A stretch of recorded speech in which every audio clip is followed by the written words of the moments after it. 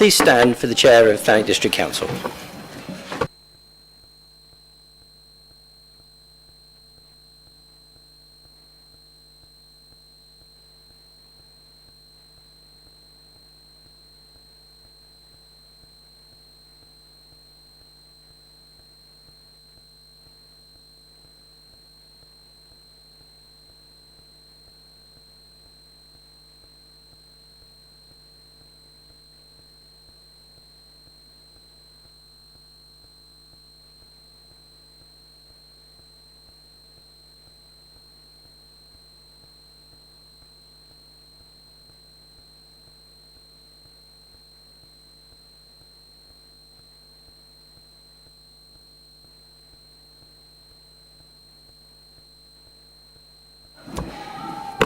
Good evening, councillors and officers of the council, members of the press and public. I welcome you to this meeting of the council. If the fire alarm is activated, please vacate the offices via the stairs, either through the security doors to my right or opposite the lifts in the foyer. Please do not use the lifts. Please assemble in Hawley Square. On the green, officers will assist you and advise when it's deemed safe to return to the chamber. I would advise that if filming takes place, anyone in attendance in the public areas may have their image captured. I urge anyone filming proceedings to avoid filming members of the public, particularly if there are children present. Does anyone intend to film the meeting? Thank you. Any member of the public who objects to the possibility of being filmed may wish to take this opportunity to leave the meeting. Any filming or recording will not be permitted for any item of business where exempt or confidential information is considered, following the exclusion of the press and public from the meeting. This meeting is being recorded and live streamed on YouTube. Hello, YouTube. Would everyone present please ensure that their mobile phones are turned to silent and they are not used to make or receive phone calls whilst this meeting is in progress. Members, I have to tell you, we have a shed load of business to get through this evening. And I want to get through all of it if I can. So if and when you're designated to speak, I implore you to be, if you can, as brief as possible. Otherwise, questions aren't going to be asked, business isn't going to be discussed, and some of you might not be happy. So to keep you all happy, if you can be as brief as you can, that would be much appreciated. Okay, apologies for absence. I've received apologies from councillors Paul Moore, Warrow, Braidwood, Dennis. Any more, please? Thank you. Apologies from Councillor Nixie and Councillor Ara. Thank you. And any other apologies? Thank you very much. Minutes of the previous meeting. Would councillors please note the following proposed amendment to the minutes of the 15th of May 2025, that Councillor Crittenden be removed as a substitute from the General Purposes Committee. I move that the minutes and the proposed amendment of the meeting of Council held on the 15th of May 2025 be approved and signed as a correct record. May I have a seconder, please? I'll second it. Thank you, Councillor Orban. Do councillors agree? Thank you. Announcements. I'm sad to inform councillors that former Councillor Bill Hayton has passed away. I would ask members to pause for a minute's silence in respect of Councillor Hayton. Can we do that now, please? Thank you.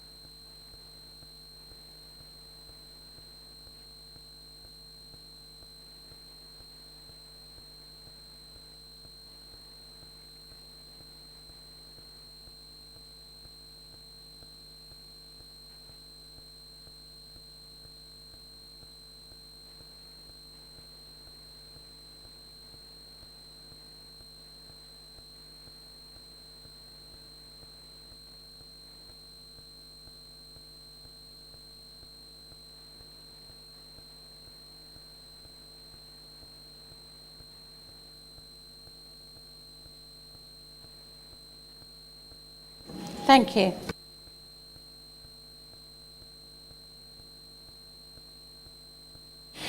I'd like to open the floor to any councillors that would like to give a tribute. Councillor Rogers. Thank you, Chair. I'd known Bill and his wife Frances for many years. Bill was a Broadstairs Town Councillor, a Thanet District Councillor and a Kent County Councillor. He became Chairman of KCC in 2010. He was well respected by all sides of the Chamber, was an excellent debater, a stickler for the rules and possessed a comprehensive understanding of the Constitution. His last couple of years were spent in Chartwell House. Bill will be sadly missed. Thank you. Thank you. Is there anybody else? Councillor Orban. Yes, thank you, Chair. I knew Bill as when I was an officer here, and he was Chair of Planning for quite a number of years. And I have to say, he's one of the nicest guys that I'd ever met. And he was very generous and also very supportive towards the officers in relation to planning. And I wish his family all the best. Thank you, Chair. Thank you. Thank you. Anybody else? Thank you. I'm sure we send our condolences to his friends and family. Declarations of interest. Are there any declarations of interest? Thank you. Petitions. No new petitions have been received in accordance with Council Procedure Rule 12. Questions from the press and public. Here we go.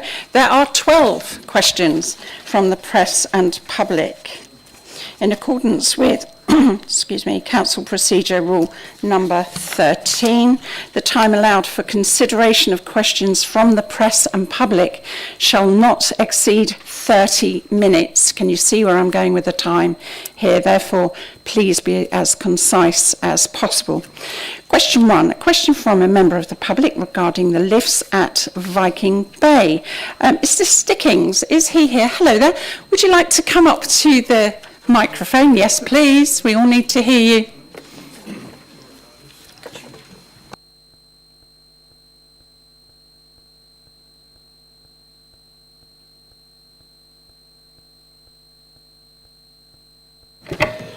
Lovely, thank you. I'll just introduce myself. My name is Barry Stickins.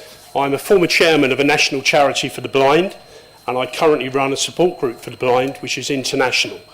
For my services, I've been awarded an MBE. So disability is a passion of mine for inclusion for everybody. So I will read you my question.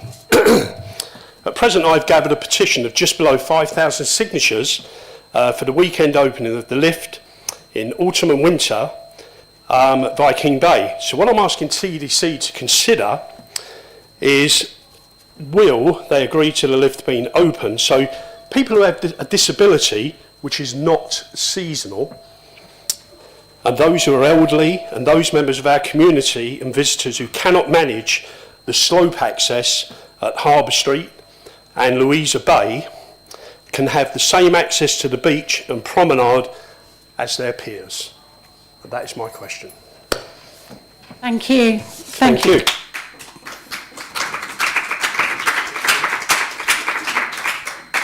Councillor Orban, would you like to respond? I will. Thank you, Chair. Thank you, Mr. Stickins, for your question. Bear with me a sec while I get that thing out of the way. There will be additional expenditure required to open the lift during the autumn and the winter months. And an operative will need to be employed to open and close the lift, to sweep the sand out of the lift, to ensure the lift does not fail from the increased sand movement experienced in the winter weather. Opening and closing the lift and sweeping out the sand during the spring and summer months is done by the seasonal bay inspector. Further additional budget will need to be considered if the lift is operated year-round, as this will lead to greater maintenance and the frequency of failure of the lift because of increased use and the reduced lifespan of parts. This additional pressure has not been included in the 25-26 budget, but could be, and I'm happy to consider, as part of the 26-27 budget setting process that may happen. Thank you. Thank you. A question from the member of the public regarding Discovery Park. I'm pleased to welcome Mr. Clifford. Is he here, Mr. Clifford? Would you like to make your way down to the microphone?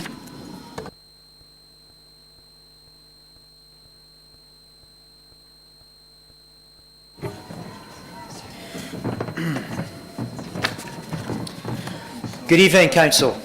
Good evening, members of the public. This Council has a substantive stake in your leisure. Registered address, Discovery Park. It has been reported Discovery Park are claiming 60 of their units as places of worship to claim business rate relief. We understand Dover District Council are pursuing Discovery Park for upwards of £1 million in unpaid rates. Furthermore, Discovery Park is home to Instro Precision, who make equipment for use by Israel as part of their assault on the Palestinian people.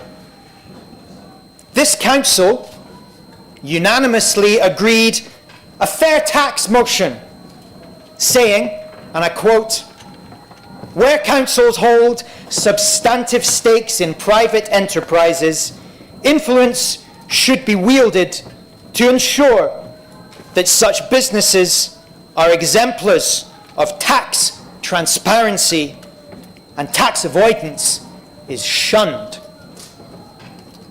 This is about TDC paying rent to a tax avoider. Will the leader work to relocate your leisure premises and lobby to relocate all public leases, including NHS, away from Discovery Park? Thank you. Thank you. Councillor Everett, would you like to respond? I would. Thank you, Mr. Clifford, for your question. Your Leisure Kent, a charitable organisation, is registered under the Cooperative and Community Benefits Societies Act 2014. Thanet District Council does not have any ownership stake in the company, and since you mention it, we don't pay them any rent. Your Leisure's business rates for 2 properties at Discovery Park are correctly recorded as a nil charge. This is due to an 80% mandatory charitable relief combined with an additional 20% discretionary relief, fully offsetting their liability. These are standard reliefs and are unrelated to the claim that Discovery Park is classifying its units as places of worship.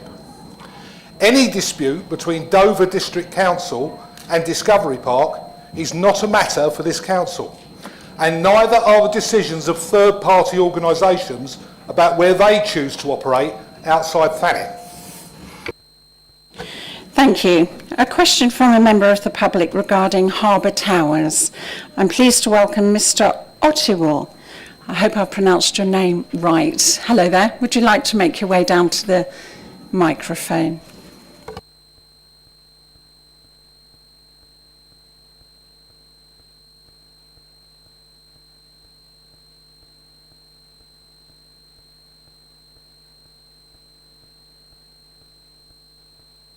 Thank you. Good evening, everyone. My name is Gary Ottwell. I'm the chairman of the Harbour Towers Resident Association. I'm here to represent the residents and primarily leaseholders. Can you speak into the microphone, please? Can you hear me? You could sit down and you'll be closer to the mic. Thank you. Shall I start again? Briefly, I'm chairman of the Harbour Towers Residents Association. I'm here to represent the residents and primarily leaseholders of the building.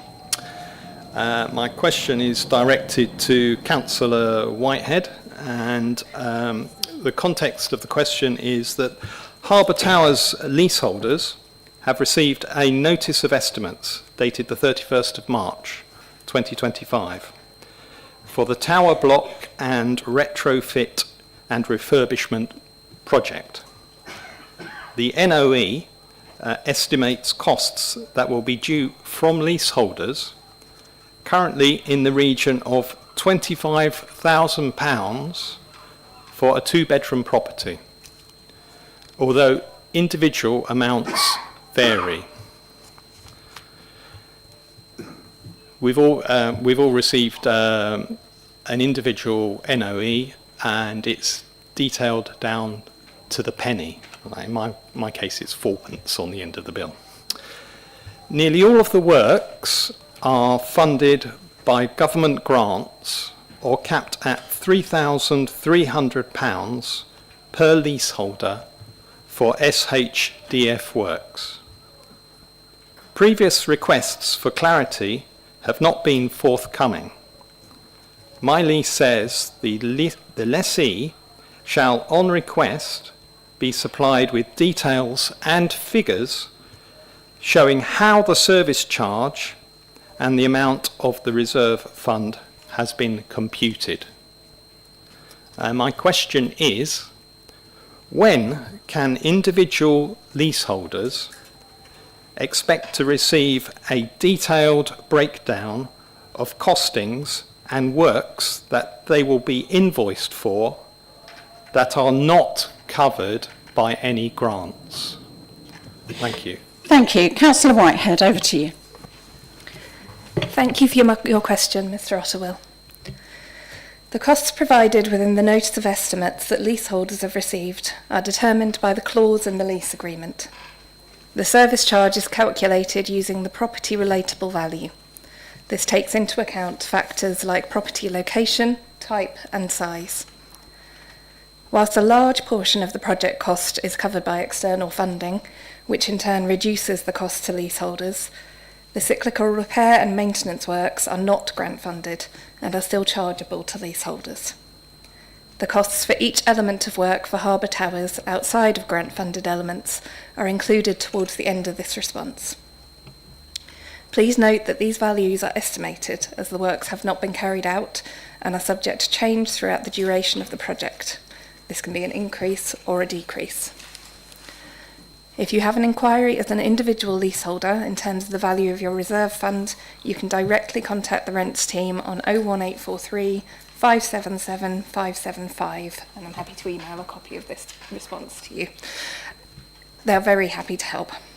Outside the high-level estimate provided in the notice of estimates, at this moment in time, we can give the following breakdown on estimated costs. These costs are representative of the estimated cost of the contract, not the apportionment to leaseholders. Leaseholders have been given their estimated apportion in their notice of estimates documentation, as you mentioned earlier. Estimated costs of the works as a whole are as follows. It is worth noting that all are essential works with several relating to fire safety. New automatic opening vents controls, which allow the windows to open to vent smoke in case of a fire, £21,000. New external front entry doors and new fire doors to communal areas, £302,500. Renewed balcony balustrading, £150,000. Renewed balcony waterproof coatings, £105,000. A new roof fall arrest system in line with modern building regulations, £16,000. Fire stopping works, £111,500. Associated concrete repairs, £96,000. And all pre-construction works prior to start on site, £135,000.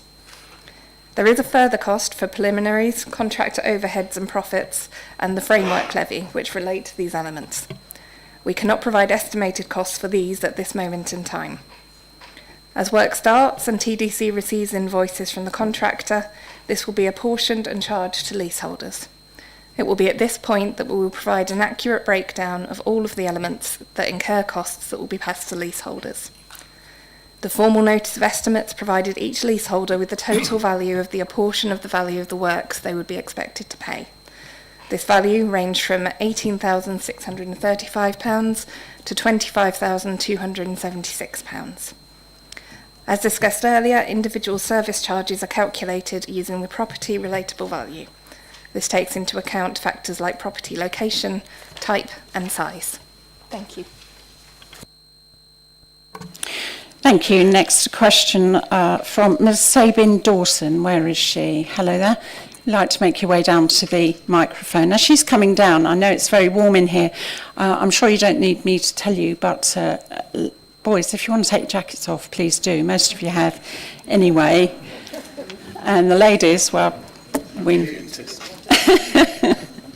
Thank you. Probably open the windows again. Absolutely. Good evening. I'm the administrator for RSPB Thanet Local Group with 160 members. I'm very concerned to hear that recent expansion work at the battery storage facility in the Pegwell Minster area has had a significant impact on the birds using the adjacent SSSI site. I have had reliable reports from some of our expert ornithological members that not only has the number of nesting nightingales dropped from 7 last year to possibly 3, but the heronry, which has been present for at least 10 years, is completely absent this year. There were no nesting turtle doves, which have used the site in previous years, nor long-eared owls. The sound pollution is causing significant disturbance. I would like to ask the Leader of the Council who is monitoring the impact of the land use adjacent to the SSSI and the cumulative impact of the industrialisation of the land surrounding this SSSI site. Thank you. Councillor Everett, would you like to respond? I would, Chair. Thank you for your question, Mr Bean Dawson. Natural England are the responsible body for the monitoring of the condition of the SSSI.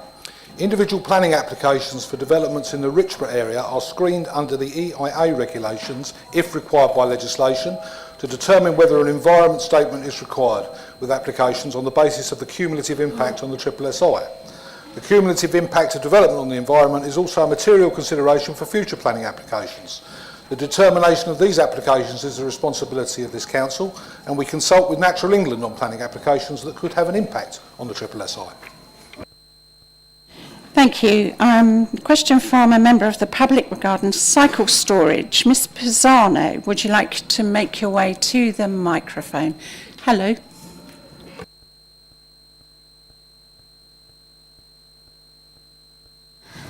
Evening everyone, my name's Sam Pisano. I'm from Rise Up Clean Up Margate CIC, but I'm here representing my neighbourhood community, and we wanted to ask, what is the procedure for gaining permission and or funding for cycle parking storage on private land, TDC land and KCC land? Thank you. Thank you. Thank you. Councillor Everett. Thank you for your question. Planning permission may be required to erect fixed structures for cycle parking storage on private land. Further details of the process of making a planning application can be found on the Council's website, including the ability to register an expression of interest for any proposals including TDC land. I'm afraid there's no funding available from this Council in regard to cycle parking at this time. Question from Ms McCourt. Where are you? You'd like to come over?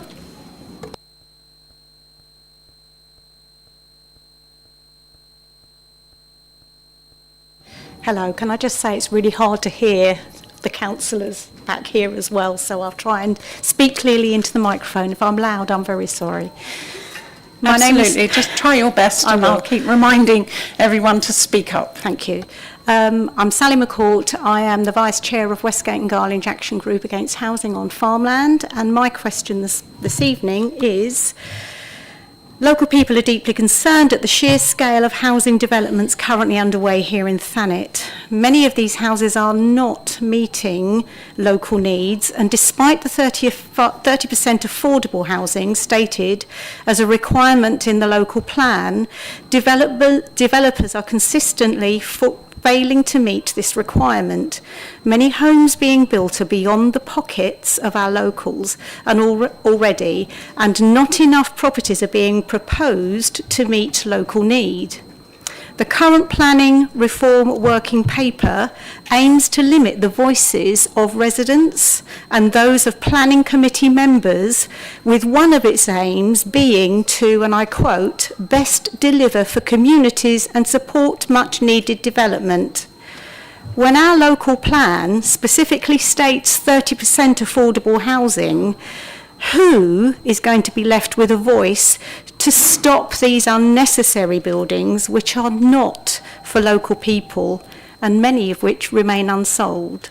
Does the leader of this council agree with the proposed changes in this paper? Thank you. Councillor Everett.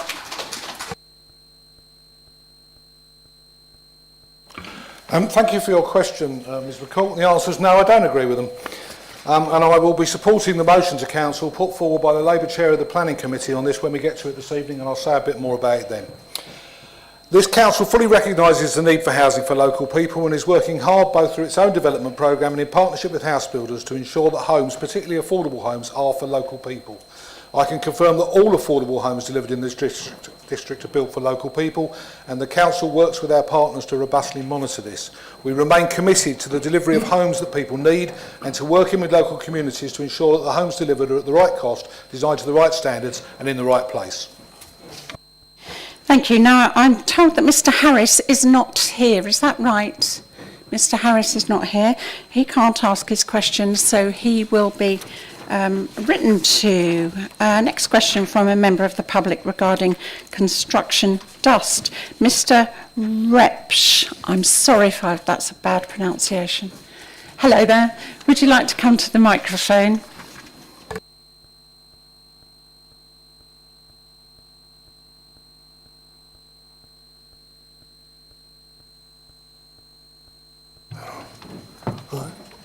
Good evening. My name's John Repsch, and this is addressed to Councillor Rick Everett, and it's called Dusty Farmland. Get some glasses on.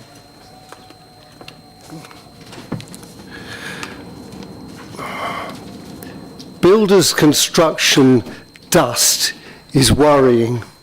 It causes respiratory health issues, plus pulmonary heart disease, silicas, bronchitis, lung cancer, leading to permanent disability and premature death. And the Great Smog of 1952, 12,000 dead. Constructive dust is classified PM10. That's under 10 microns in diameter, invisible to the naked eye. Demolition, land clearance, burning and working with toxic materials, all construction sites generate high levels of dust, typically from concrete, cement, wood, stone, silicas. Wind blows it about. Another source of PM10s comes from diesel engines and vehicle exhausts. This is diesel particulates. Pollutants on construction sites can soak into groundwater. Lorries, wherever they go, leave behind oil, rubber, paint, breakware, microplastics and other road surface runoff. This affects local residents and construction workers alike. We're all made of flesh and blood. Please protect us. Question: how do we keep our elderly dust safe? Thank you. Councillor Everett, would you like to respond? I would. Thank you for your question, Mr Repsch. We're fortunate that Thanet has good air quality in general. We no longer have any air quality management areas within our district. Our last remaining AQMA in Ramsgate was revoked last September due to consistent compliance with the government's air quality health objectives for all key pollutants, including fine particles, particular matter PM10. All our monitoring reports are available on the council website under air quality, along with links to real-time pollution measurements. Construction sites are subject to a combination of planning controls and environmental protection enforcement to ensure best practice and mitigation measures are in place to reduce dust and minimise public health impacts. Major developments are subject to assessment of impacts and a requirement for either a construction environmental management plan or a dust management plan. Where issues remain, the Environmental Protection Team will investigate any complaints of construction dust, and where a statutory nuisance exists, appropriate enforcement action will be taken. Bonfires are not permitted on any construction site without special exemption from the Environment Agency. So if you or anyone else is aware they are taking place, please report them. Thank you. The next question is from Mrs. Brown. Is she here, Mrs. Brown? Hello there. Would you like to make your way down to the microphone?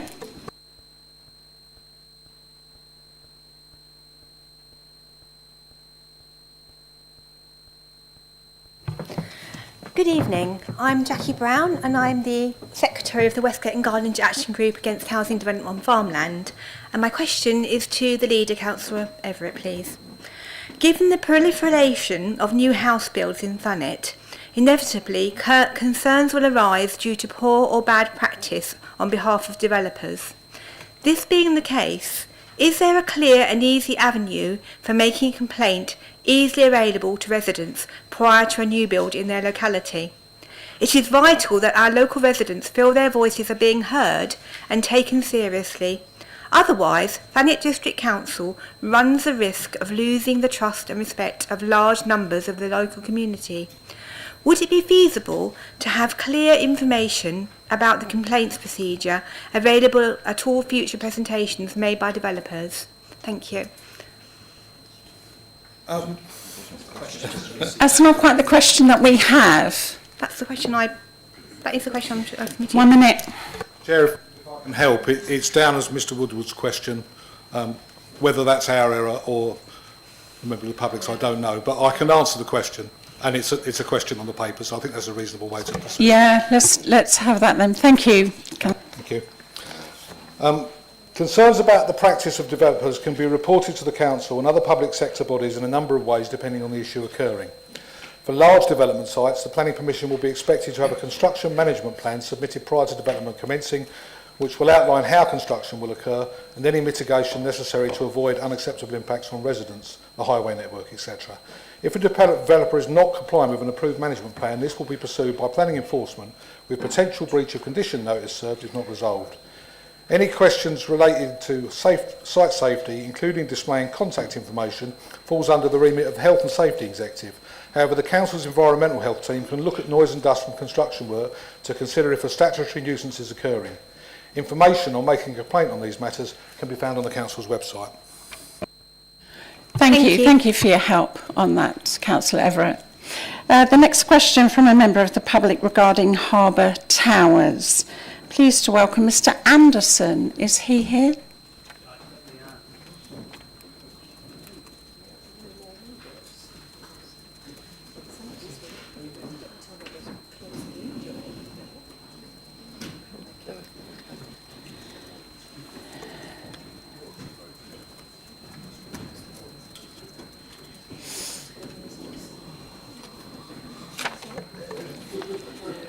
Hello, Mr Anderson. If you'd like to take a seat and ask your question when you're ready.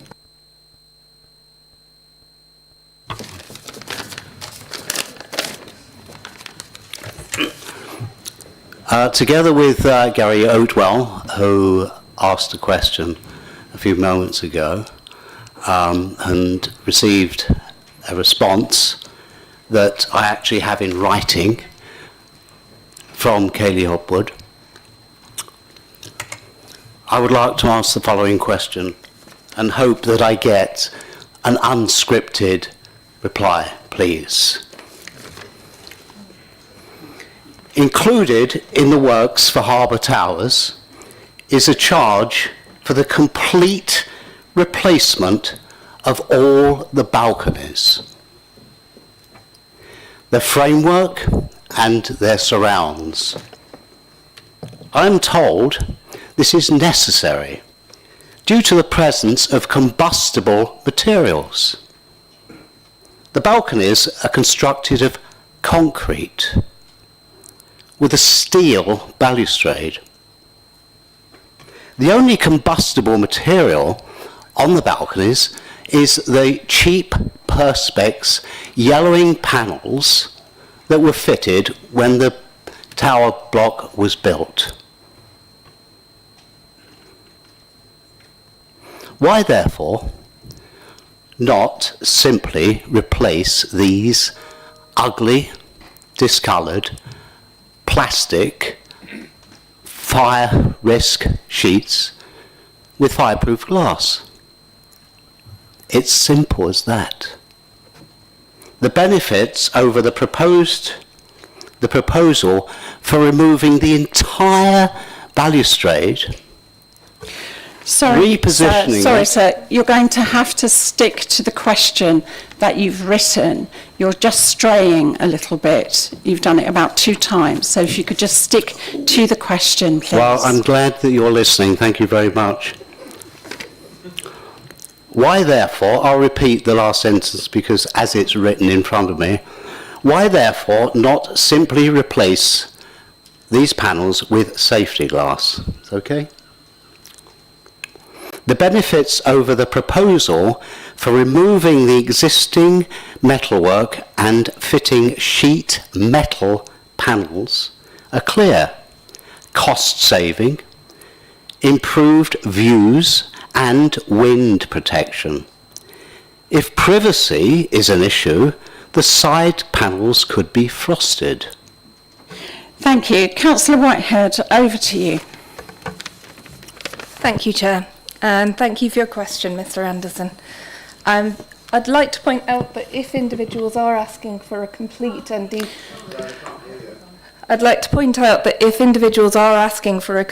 detailed breakdown of the entirety of a very large building project, you are going to get...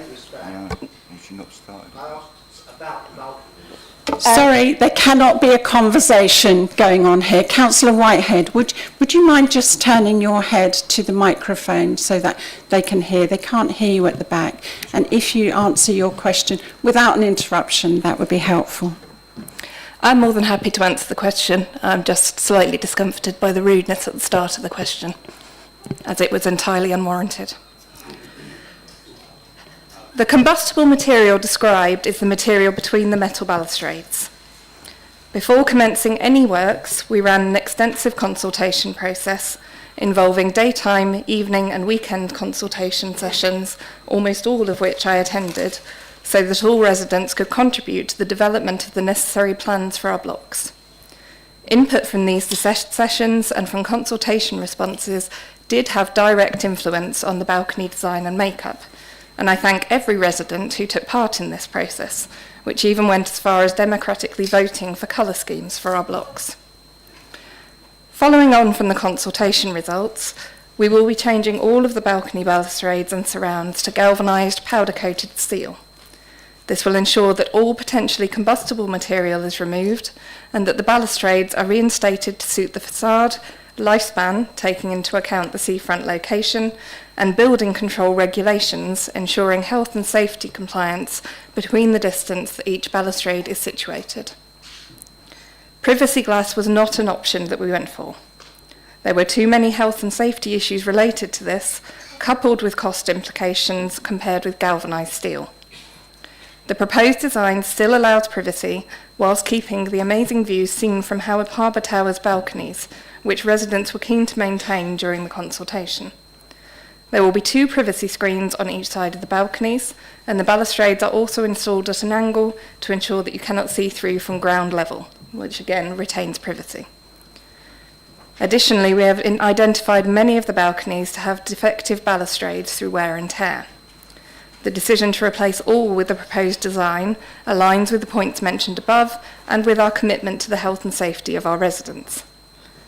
For further detail, the decision to replace the steel framing of the balconies along with the plastic infill has been made for a number of reasons. Due to the age of the block and its exposed coastal location, a number of the balcony steel frames are showing signs of deterioration. They are approaching the end of their serviceable life and will require replacement at some point in the future. This means that it makes sense, financially and logistically, to include this as part of the overall renovation. Replacing the balcony framing as part of this project brings significant long-term economical efficiencies. The access will already be in place to complete this work while we are completing activities such as the stripping of the external wall insulation. To replace the balcony railings at a later date would mean paying further large access costs. Whether they were replaced or not, the existing balustrading would need to be removed once the scaffolding is in place to provide uninterrupted access to the balconies. This will allow for balcony structural repairs and coatings and replacement fenestration to be completed without obstruction. Again, as this is already occurring, it is economical and sensible to provide new balcony balustrading at this point, whilst the cost of the removal of the old has already been absorbed by the overall project. The new balcony framing will be marine-grade powder-coated steel. This is an upgrade on the existing material and therefore will last longer due to enhanced durability. Toughened glass balustrading would require its own compatible frame. If we were to retrofit this into the existing frame, it is A, unlikely to be possible, and B, would mean a loss of any manufacturer guarantees that exist. There would also be additional time and cost associated with the design and installation of a bespoke system to fit the existing frame, which makes a complete replacement, again, a more economical option. Thank you, Councillor Whitehead. Your objection is understood. Thank you. Mr. Ashworth, are you here? Hello there. Would you like to come down to the microphone?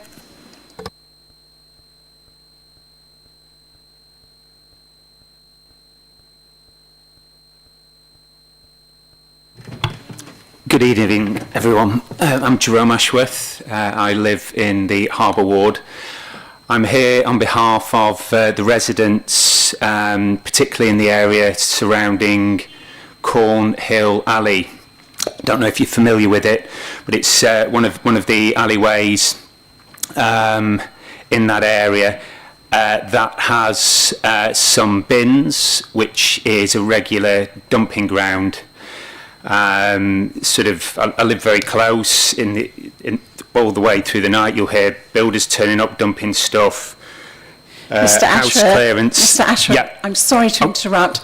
I Yep. just need you to read your question, if you No wouldn't problem, mind. sorry, Thank you. I'm going to get that now. So my question to Councillor Stephen Alban, is there an intention to improve the rubbish situation on Cornhill? If so, please can we see a clear action plan with timescales? If there is no action plan by the Council, is there funding to support local residents in their efforts at cleaning up the mess on a regular basis? Thank you. Thank you. I'm sorry to have interrupted you. Councillor Alban. Yeah. Thank you, Mr. Ashworth, for your question. We are aware of the issues in question and acknowledge the need for a solution in a timely manner.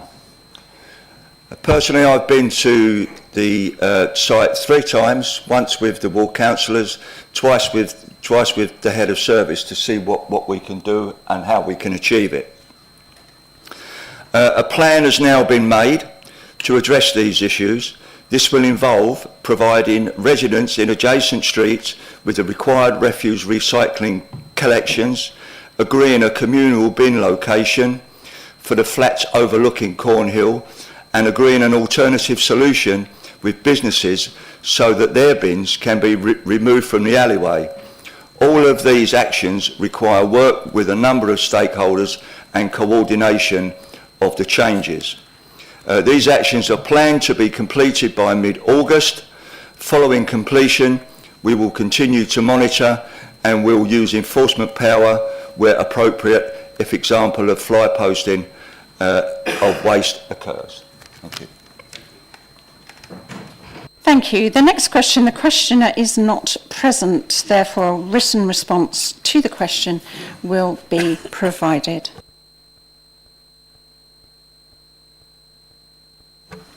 Okay, questions from councillors. I'm going to ask the same thing. Please, if you can, please be brief. If you can't, okay, but if you can, I would really appreciate it. 11 questions from councillors have been received in accordance with council procedure rule number 14. The time allowed for considering the questions from councillors shall not exceed 30 minutes. Councillors, please be as concise as possible. Here we go then. Question from Councillor Davis regarding section 106 agreements. Councillor Davis. Thank you, Chair, and I'll endeavour to be brief. Thank you. Thank you. Given the amount of concern, particularly locally, about screens that go off when I'm trying to read my question, regarding developers failing to honour 106 agreements by claiming increased costs have affected the project's viability. Given that increases in cost to businesses are invariably passed to the end consumer, and when a developer's costs increase, so does their end product. And given the amount of housing that we're trying to force onto this area, there's clear... Oh, apologies, context. Councillor Davis, you know what I'm going to say? Yes. So, what the question is how is this argument in any way valid, and what measures can we take as a council to minimise and mitigate the issue going forward, given the volatility and uncertainty in the economy and the need to level things out and deliver? Got there. Thank you very much. Councillor Everett. Thank you, Councillor Davis. Any failure by a developer to accord with a signed and sealed Section 106 agreement linked to a planning permission would result in a planning enforcement investigation and potential legal proceedings against a developer.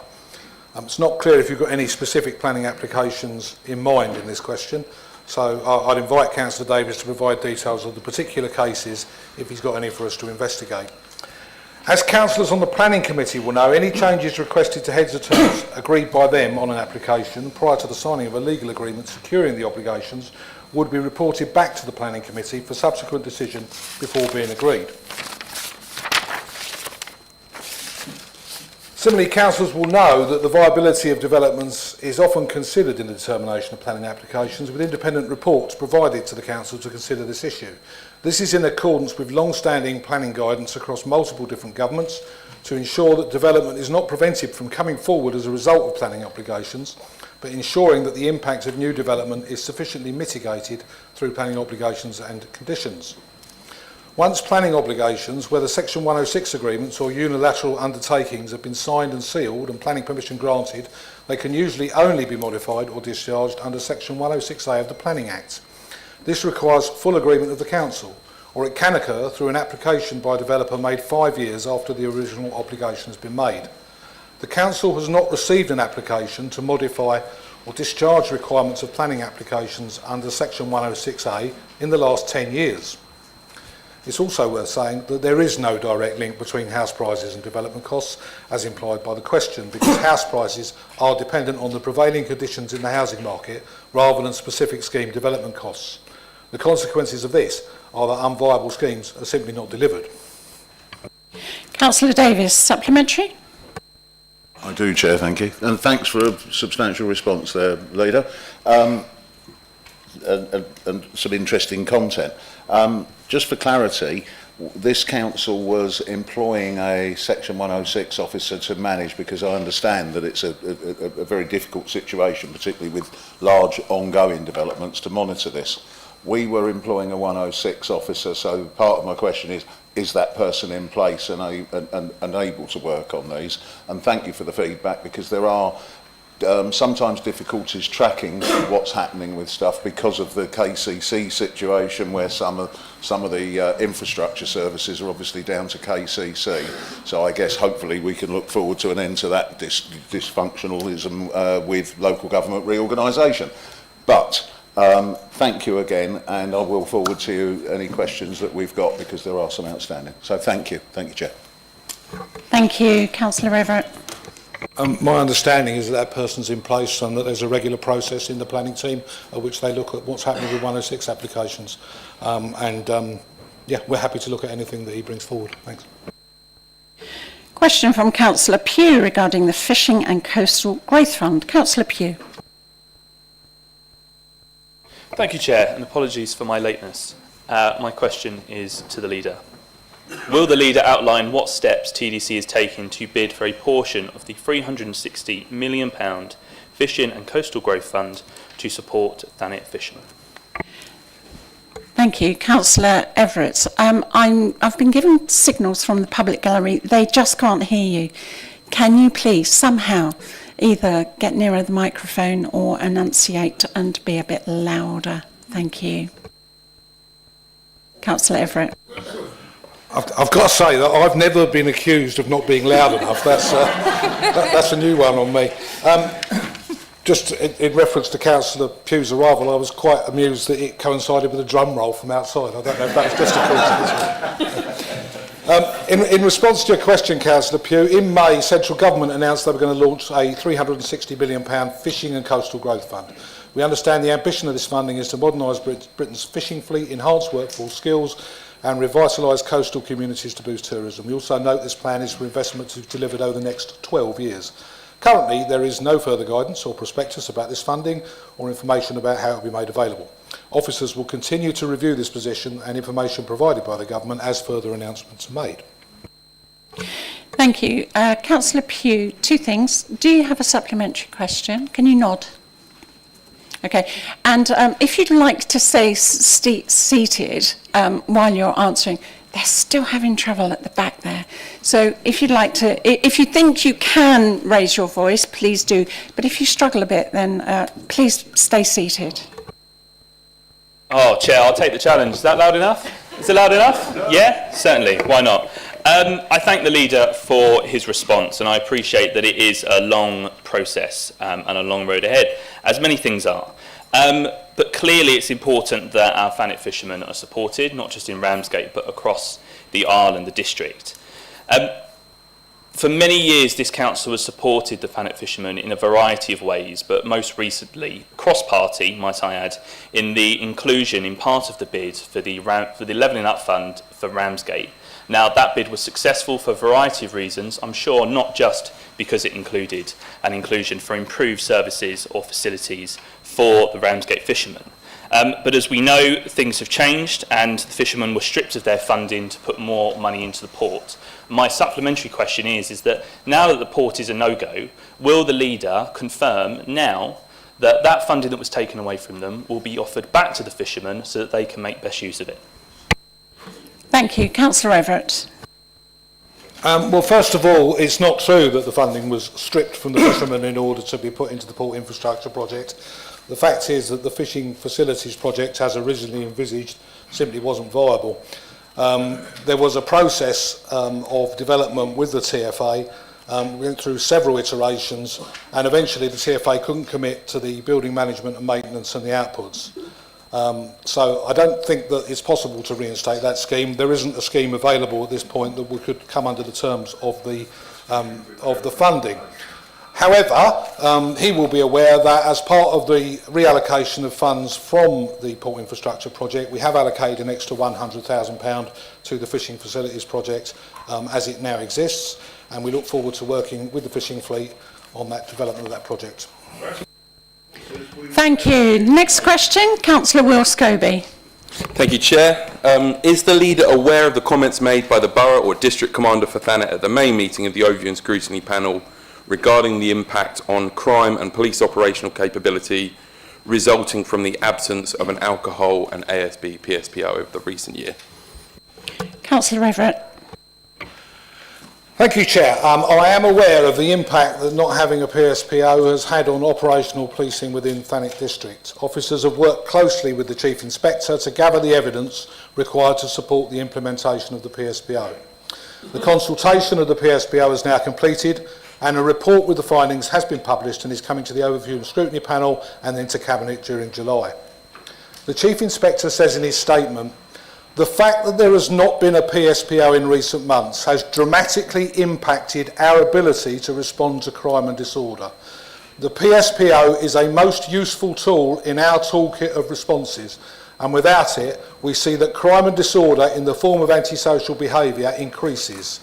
Neighbourhood policing is the bedrock of our local response to antisocial behaviour, and our ability to effectively respond is reduced without the use of the PSPO." Councillor Scobie, do you have a supplementary question? I do, Chair, and I think this whole chamber should be pretty shocked that the top police officer says that the actions taken by this council or individual councillors has directly impacted the police's ability and led to more crime for our residents. And my supplementary is, does the leader have any advice to Tory, or there's no Thanet independent councillors, but they may be listening, they may not be, who might be considering trying to block the PSPO again by working with right-wing lobbyists, the Free Speech Alliance, whatever they were called, whoever's on the blower to some of the front bench over there, as they described it last year, to threaten to sue the council and again lead to increased crime and less operational capability from the police. Councillor Everett. Thank you, Chair, and I thank the Councillor Scobie for his supplementary question. I think that those opposition councillors who aligned themselves with the Free Speech Union to obstruct the introduction of the PSPO last year should note that they have made the police's job more difficult in the meantime, and they should reflect on whether that is what their residents expect of them.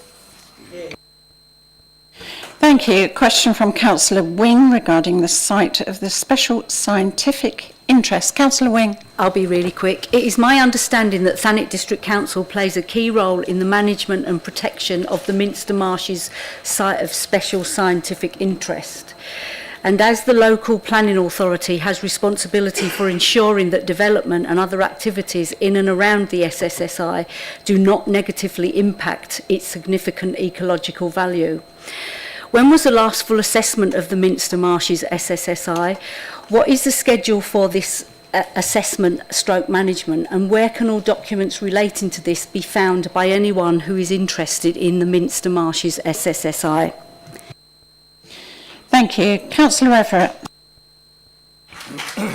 Thank you, Councillor Wing. The Sandwich Bay to Hackling Marshes site of special scientific interest between the A256 and the train line is monitored by Natural England as the responsible body in terms of its condition, with all assessment data provided on their website, and I'm happy to forward the relevant website links to Councillor Wing to review. This council is required to consider whether development proposed within a planning application would negatively impact on the SSSI, and we consult directly with Natural England for those proposed within and in close proximity to the SSSI. Councillor Wing, do you have a supplementary? Yep, I'll be quick, thank you. As we have heard in today with the last question, there is evidence from some of our local environmentalists who are very, very well informed that biodiversity loss is being seen in the SSSI. Given the extensive development around the SSSI approved by both Dover District Council and ourselves, because we're only one side of it, one side of that bit, is it not critical we ask Natural England to undertake a comprehensive assessment of the potential cumulative impact on the biodiversity? And do you agree that this should be ongoing given there are further applications in the pipeline, one of them considerably large that we've got absolutely no influence over because it's a government decision? Councillor Everett. I think that I've already made clear that we do that in the case of planning applications as they come forward. That's how the process works, and as new applications come forward, we'll continue to do it. Thank you. Next question, Councillor Bayford, regarding renewable energy sources in social housing. Councillor Bayford. Thank you, Chair. Integrating renewable energy sources such as solar panels and heat pumps into our social housing is an avenue for both reducing carbon emissions and enhancing the sustainability of our housing stock. Could you tell us what TDC has done up to now in this area and what future plans exist, please? Thank you. Councillor Whitehead. Thank you, Chair, and thank you, Councillor Bayford. What has currently been achieved and planned is as follows. Currently, we have 3 homes which have air source heat pumps. It's important to note that although air source heat pumps can be a significant aid to buildings of certain construction, they are often not an option in terms of effective retrofitting, which means that these will be used on the properties that are most appropriate in terms of construction and insulation. All TDC new developments will be to EPC A, as we have discussed in previous meetings. This will include air source heat pumps and solar panels. When undertaking refurbishments to existing properties, these will be EPC-A when the properties allow. As discussed in the first point, there will be times when the fabric of existing buildings doesn't allow for the usage of certain technology, although we will enable that wherever possible. When we look to purchase new properties, the EPC ratings are taken into consideration. Most are EPC-A or B, we aim for B at a minimum, and all purchases are at least EPC-C. Tenant and leaseholder services bid successfully for grant funding, which will see the installation of solar panels to 65 of our properties. As part of this bid, we are also improving the energy efficiency of 113 properties using a fabric-first approach, including loft insulation and cavity wall insulation. This includes the 65 mentioned above, which are having solar panels installed as part of the measures. Our tenant and leaseholder service will also be exploring other grant funding initiatives available to support further installations of renewable energy to our housing stock. We have an existing Journey to Net Zero strategy. The strategy takes a fabric-first approach, which is essential to reducing emissions and energy consumption for tenants. To know how best to retrofit and reduce energy consumption, we have to first begin by looking at the fabric of the property. We need to be certain that the fabric of the property is well insulated and able to support further energy-saving measures before putting those in place. An example of where this approach has been taken is as part of the tower block retrofit and refurbishment programme, which will improve the energy efficiency for over 400 of our homes. Under current Labour plans, by 2027 all developers will be legally required to install solar panels on the vast majority of new build properties, excluding those which are not feasible for effective solar panel installation, and which must cover at least 40% of the area of the property footings, which will also integrate measures we are already taking as a council into the private sector, making a huge difference to the quality of our local housing and energy supply. The recent changes to regulation around the installation of heat pumps will also make it much easier to improve air source heat pump take-up within the private market, which again improves Thanet housing stock as a whole. Thank you. Councillor Bayford, do you have a supplementary question? Yes, please. Thank you, Councillor Whitehead, for that positive response. Are you able to advise on the progress that local housing associations, to which TDC makes referrals, is making where sustainability is concerned? And does TDC have any influence over their policies? Councillor Whitehead. I would love to say that the answer is yes. However, we have, or rather central government has extended the Building Safety Fund to include housing associations, so certain measures are covered underneath that now as they didn't have access to that fund before. We can enforce in terms of the private sector if we are concerned about the state of property. We can work with housing associations to promote what we want in terms of energy efficiency and in terms of renewables. Aside from our private sector duty, we cannot enforce directly on them. Thank you.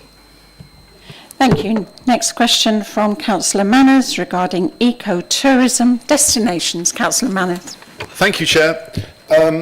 This is to Councillor Christian Bright as the tourism portfolio holder.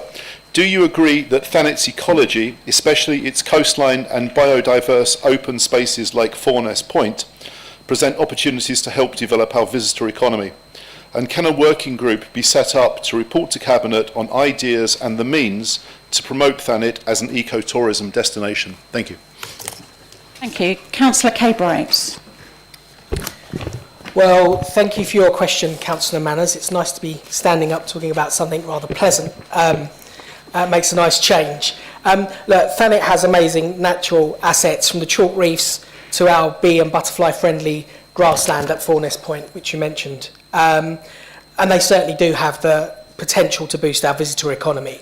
There are other considerations, however, beyond those economic ones. What I'll do first is I'll just set out what we're already doing as a council. So the council is due to go through the process of updating the destination management framework, which will include a view on how we integrate sustainable tourism principles. Our existing Green Tourism Toolkit also provides practical support for local businesses to adopt environmentally sound practices. This obviously enhances Thanet's appeal for both visitors and residents. It's a bit vanilla for now. However, we do also have to consider the wider context of the Kent Local Nature Recovery Strategy and the work Birdwise East Kent, are doing in seeking to mitigate the impact of tourism along our coast. We recognise that the Council is subject to a diversity duty under the Environment Act 2021, and we have commissioned a comprehensive biodiversity baseline study for the district. This will inform a robust biodiversity strategy, the goal of which will be to ensure that any expansion of tourism, particularly in sensitive coastal areas, is thoroughly assessed for cumulative impact. It will also implement strong mitigation measures which will be proactively implemented and identify opportunities to create accessible and engaging natural experiences for our community. Now, what I've just spoken about there is the kind of impact of tourism rather than the opportunity. I think that's what your question was really referring to.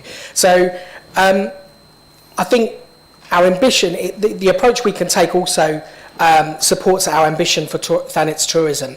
And as someone who loves our beaches as much in the wind and the rain as I do in the sun, I believe that ecotourism will be one key to help unlock a year-round visitation to our district. And I also want our residents to become tourists in their own backyard as well. I think too few people, I've never seen Councillor Pugh or Councillor Cupp visit us in Broadstairs. I don't think they've ever been. So I think, yeah, oh, there you go. That's you, is it? I wonder where my pants had gone. And look, so I think I really want people to learn to appreciate the beauty and our unique offerings of our district even more. So yes, absolutely, ecotourism is a fantastic opportunity, but we just need to keep an eye on the potential risks to the treasured environments. I will be working closely with officers and a wide range of stakeholders over the coming months to determine the optimal long-term direction for tourism and culture in our district, and there will be a particular focus on extending the visitor season. I'm not currently going to commit to a formal working group at this stage. We've only just got the ball rolling. However, I do want to make it clear to yourself and to all of our colleagues in the chamber that I'm absolutely always open to ideas and willing to come out and meet you. We met a couple of weeks ago. So I'm sure that together we can ensure that future initiatives are innovative and they reflect local aspirations, contribute to the happiness of our residents, while also safeguarding Thanet's unique natural capital for generations to come. Councillor Manners, do you have a supplementary question? Yes, but more of an observation, but I can frame it as a question. I think, thank you, Councillor Bright. I think we do need to focus on the quality of tourism rather than just the quantity of tourism. That's become self-evident with the problems that I see in the Cliftonville East Ward and Councillor Munsey's in Botany Bay with inconsiderate day trippers who, as we know, cause a whole raft of problems down there. We do have an opportunity during the remaining tenure of the council to attract higher value, environmentally conscious tourists, and I hope that you will work with other portfolio holders to work to develop more, better, innovative concessions, certainly of TDC-owned assets along the coast, looking at means to encourage more overnight visitors who do spend more money in the Isle than day trippers. And it's those higher spending tourists, obviously, who create the wealth and the jobs that we depend on. Thank you. Councillor Bright. Free Palestine! Thank you.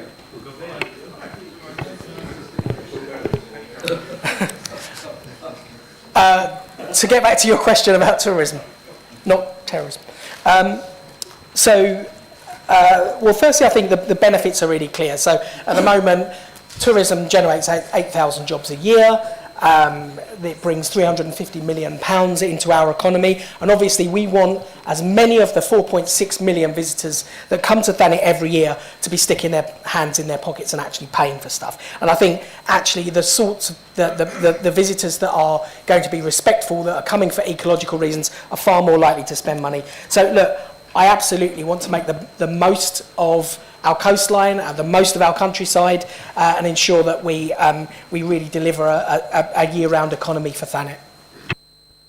Thank you. A question from Councillor Pressland regarding mandatory rainwater catchment systems. Yes, thank you, Chair. My question is to Councillor Rick Everett, the leader. My question is, as the recent floods in Thanet and more widely have highlighted, volume rainwater runoff is not a passing fad, but very likely a future norm. As well as having impacts throughout the UK, it is impacting residents and businesses in Thanet, as well as rivers and coastline. Please could the Cabinet consider sending a letter to the local government authority and the government to urge mandatory rainwater catchment systems on all new builds, which will help mitigate the degree of volume runoff? Councillor Everett. Thank you for your question, Councillor Preston, and I know this subject's a particular interest to you, and I'm sure that councillors will have found the many links that you sent around yesterday useful reading. It is a particularly topical subject in view of the extremely heavy rain we had one Friday evening in June, which had consequences in different parts of Thanet. New guidance, national standards for sustainable drainage systems, were published in June. These standards are for application in the design of surface water drainage systems for new infrastructure and development, whether on greenfield or brownfield sites. There are a number of standards. Standard 2 deals with rainwater harvesting, and I'd recommend that for reading as well for members of the council. I've got a long list here of interventions that are listed in our local plan, but I rather suspect the council doesn't want me to read them out. But I'm happy to share them with you, Councillor Preston, if they're of interest. This may be an issue that we can be further addressing in the new design codes. We will keep this matter under review, but in the light of the new guidance published in June, I'm not sure that this is the right time for us to lobby the LGA and the government. Thank you. Councillor Preston, do you have a supplementary question? I do, Chair. Thank you. I would be interested in that information you talked about. I would also like to say that I would just like to add that these systems are but one approach to reducing volume water runoff. So can the Cabinet also consider urging government that Ofwat should be enabling water companies to initiate more soft engineering mitigation techniques like suds, swales, wetland scrapes, etc. Reliable contacts at Southern Water have informed me they are often constrained by Ofwat. Councillor Everett. Well, I'm sure that Southern Water are constrained by lots of things. We have regular conversations with them. Yeah, we'll give that consideration, Councillor Preston. Thank you. Councillors, we are out of time, but I am willing to take one more question. Point of order, Chair. Yes. Just due to our calendar, we do have a paucity of meetings, and our meeting is not till October. Can we continue, because we have 4 questions left, and four quite important questions, including my own. So can we continue and hear all 4 questions? Thank you. You had the discussion.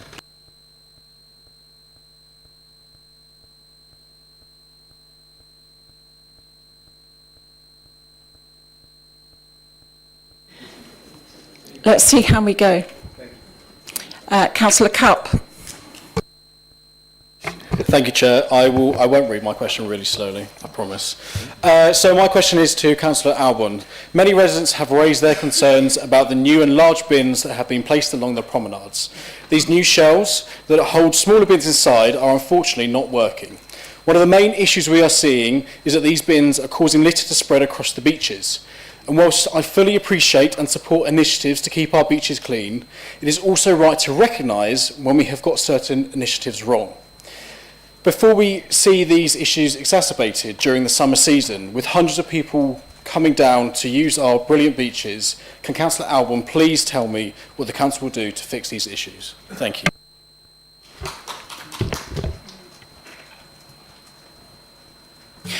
Okay, how about this for a compromise? So we have 4 questions left. Would the people that have questions left to ask be willing to write their supplementaries and just ask their basic questions? Is that all right? Okay, then we get all the questions, but we don't have the supplementaries in the chamber. We do that in writing.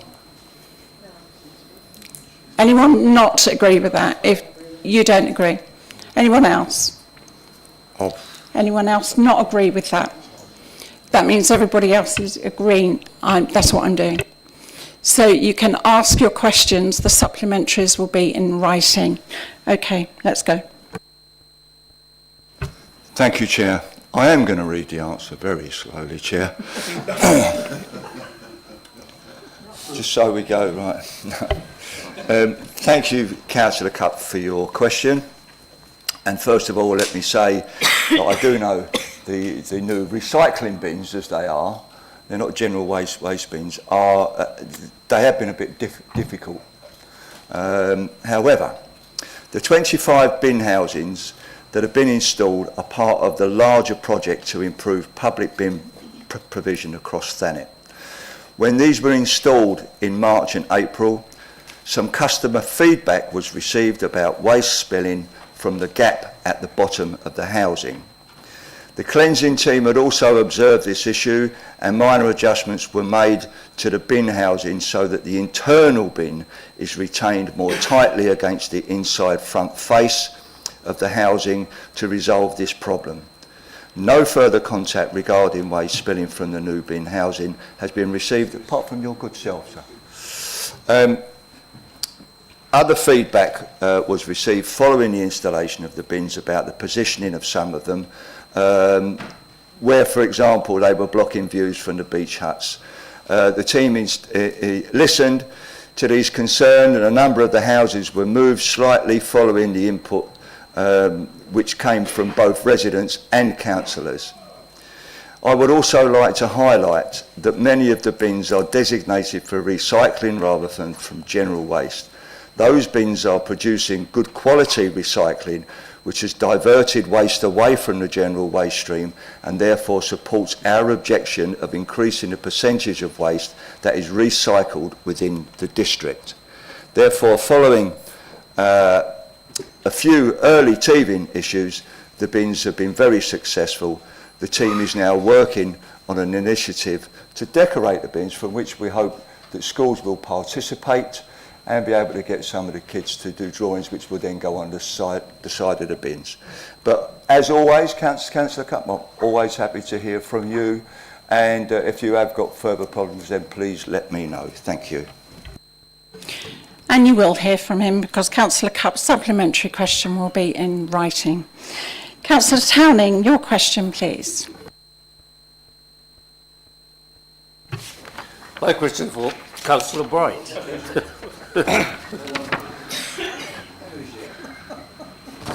The summer months see a large number of visitors to our beaches. Parking is a major problem across Thanet. What plan have you put in place with TDC to avert inconvenience suffered by our communities?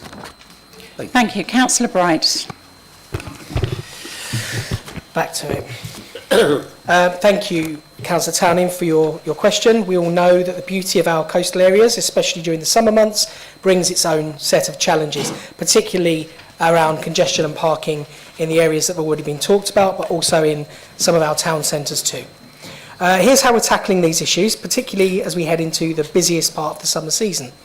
We're going to be increasing enforcement in coastal areas. We've already, as you know, trebled our parking enforcement numbers, which delivered a year-on-year 40% increase in PCNs in the last civic year. At the start of the summer, we adjusted our civil enforcement officers' patrol routes in line with those hotspots that we're already aware of, and councillors are welcome, as I say, every meeting to contact me with specific roads that are of great concern. There's now, at the moment, a much greater focus on our coastal areas, specifically where parking restrictions are in place and can be enforced, because many of the issues we have, particularly around Botany Bay, are not actually, they don't have parking restrictions in place, which makes it very, very difficult for our officers to do anything about it, because it's more traffic enforcement rather than a parking infringement. Here are the targeted measures for Botany Bay specifically. We've introduced a no stopping provision at the end of Botany Bay. This means the double yellow lines that cannot be used for unloading or even for blue badge parking. We've put curb lips on those. That ensures clear access and that cars can be ticketed immediately without being observed for 5 minutes. From this weekend, so from tomorrow, we're implementing a trial measure, which is to place temporary barriers to close off the unofficial parking area at Botany Bay, and I've been informed by Councillor Munns that they are already in place. This is a direct response to requests from councillors and the public to find solutions to localised parking issues. The primary goal of this closure is to keep access routes clear for emergency services and council vehicles, especially given these have recently been blocked by parked vehicles during busy periods. This is about ensuring safety and accessibility for everyone. Looking ahead, we're going to be making strategic signage improvements as part of the wider parking strategy. We have a significant piece of work underway focusing on directional signage being placed on the routes into and out of Thanet. This will guide visitors from the main entry routes into Thanet to key locations and then directly to available car parks. While this is a longer-term project, I'm confident that its full implementation in future years will have a major positive impact on managing traffic flow and parking across the district. We are committed to taking proactive steps to manage these challenges. We've talked about them for a year now. I want to ensure that our beautiful coastal areas remain accessible and safe for everyone and deliver tangible improvements for our community. Thank you. Any supplementary question, Councillor Towning, to be made in writing, and he will respond. Do I write to Councillor Bright? Yeah. Yeah. And hope to get a reply? I'll hope to. How's that? Thank you. How's that? Next question. Councillor Fellows. Councillor Fellows, you're in. Thank you, Chair, and thank you for indulging me with my question.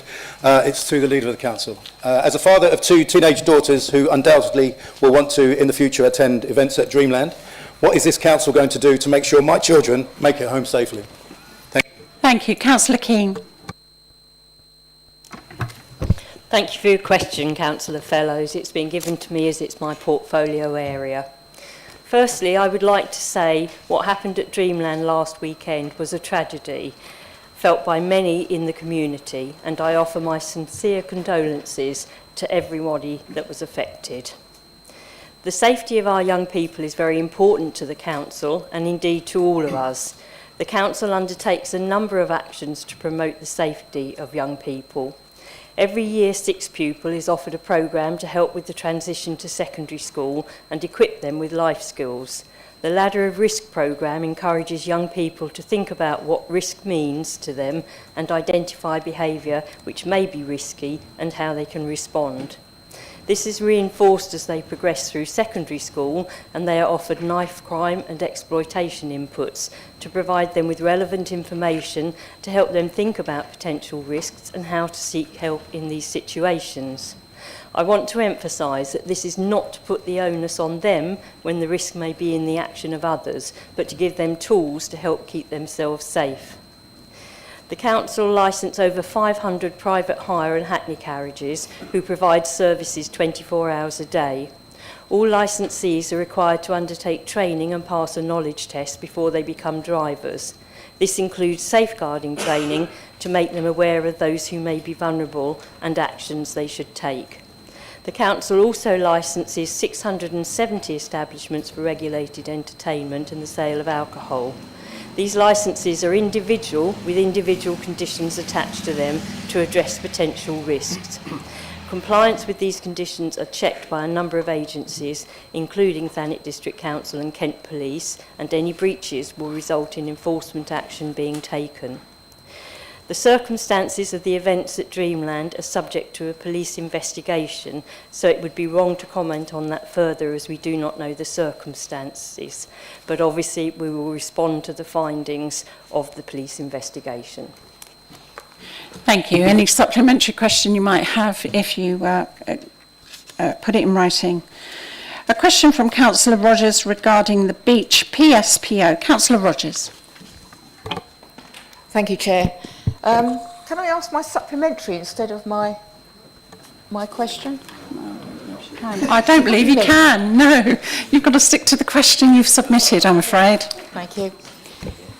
My question is for Councillor Orban. With this hot weather, people are flocking to Thanet. Unfortunately, once again, our beaches are strewn with litter, and not just at weekends, as social media shows, particularly Margate Beach and Viking Bay. I thought measures were put in place to deal with this. How is the beach PSPO being enforced? This is only the beginning of summer. Unless this is dealt with, there will be worse to come. Thank you. Thank you, Councillor Rogers, and apologies I couldn't allow you to do what you wanted. Councillor Alban. Yeah, thank you, Chair, and thank you for your question, Councillor Rogers. I think, firstly, we'd just like to say that in relation to a lot of social media posts, people are out walking their dogs at 6 o'clock or 6:30 in the morning, and they take photos of what's there from the night before our staff get there. So I don't pay too much attention to that. However, each summer, extra staff are hired to help clear litter from the beaches. They work every day, with the first shift starting at 5 a.m. and the last shift finishing at 8 p.m. By 6 a.m, cleansing crews are out collecting waste. They're usually cleared all the litter and emptied all the bins in our main beach areas by 10 a.m. The bins at all of our main beaches are emptied at least 3 times a day in the summer, with the last evening collection as late as 8 p.m. Obviously, we can't ask our staff to work 24 hours, wouldn't be fair. On a really busy day, crews could collect 15 tonnes of waste from the beaches and promenades. There are more bins this summer than ever before, including over 60 extra waste bins at littering hotspots on top of the 40 extra recycling bins, referring to the previous question from Councillor Cutt. The current Beach and Coastal Public Space Protection Order was adopted in April 2024 when the previous one expired. The Beach and Coast team have spent 2 summers educating beach users and on the PSPO on what is acceptable behaviour on the beach. This summer, a new enforcement team has been deployed over the weekends for the season and during the week across the school holidays. The officers focus on the main areas of Margate, Broadstairs and Ramsgate, but also include a patrolling aspect to cover the other bays. So far this year, they have issued 41 fixed penalty charges for numerous offences, including urinating encampments and dogs on the beaches. The officers have found it difficult to enforce littering, as they would need to witness the person drop or leave it, which is hard on a crowded beach. Also, a large proportion of the littering of main beaches occurs later in the day after enforcement team shift has ended. Shift patterns for the new coastal enforcement role have been planned to align with the allocated budget, and any proposed changes will be considered as part of the usual end of season review ahead of next year. In most cases, the initial, the initial response to littering is to provide a sack for the discarded litter or rubbish, and to offer choice between picking the litter up or accepting fixed penalty notices to the people who are located on the beach.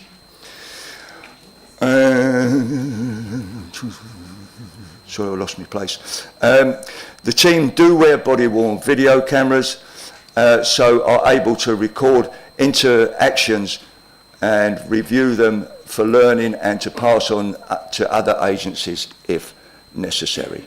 Thank you. Thank you. We got there. All questions were asked. Thank you for your cooperation.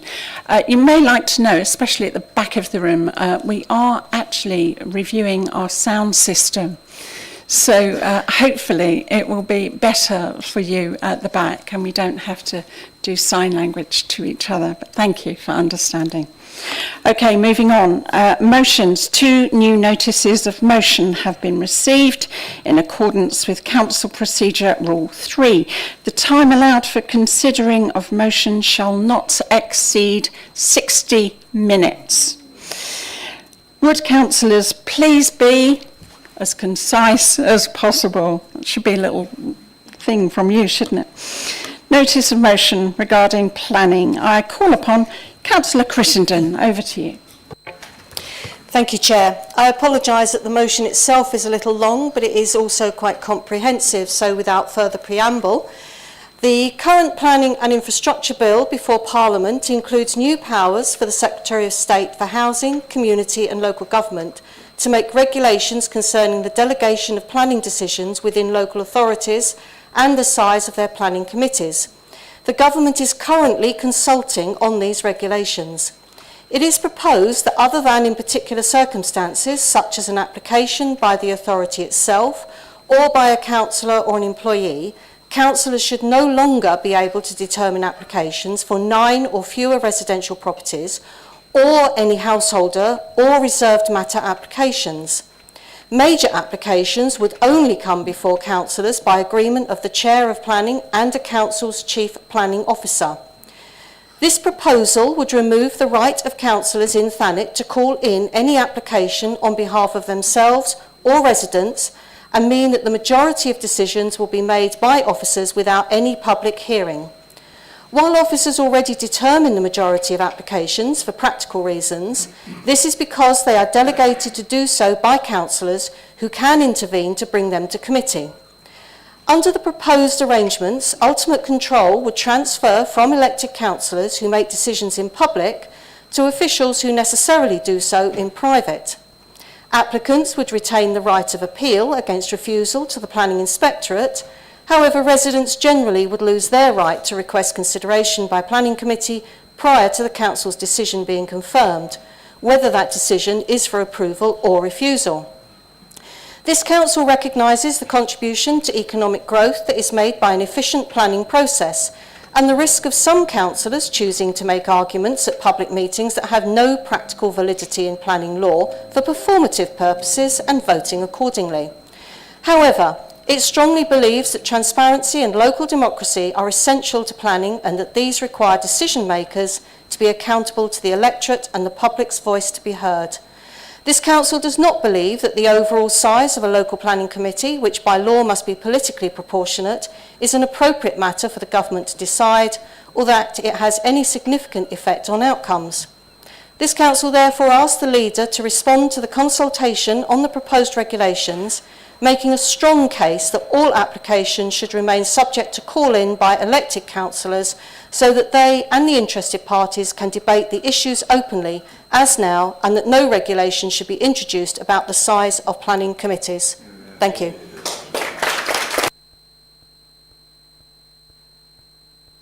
Thank you. Is there a seconder?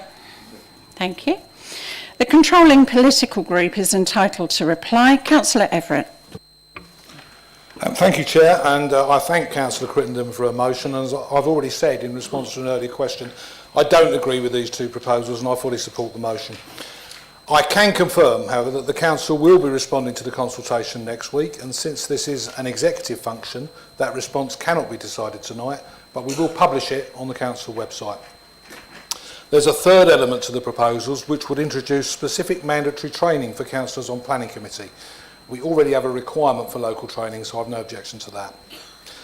The government is keen to provide consistency for applicants, but the overwhelming majority of applications are decided by officers already.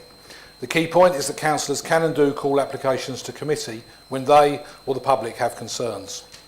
In fact, there's a real danger that those public discussions will still take place under the proposed regime, but they will move to parish and town councils in the formal consultation stage, where the councillors involved will not necessarily have had planning training and the professional planning officers will not usually be on hand to answer questions about the law or the application.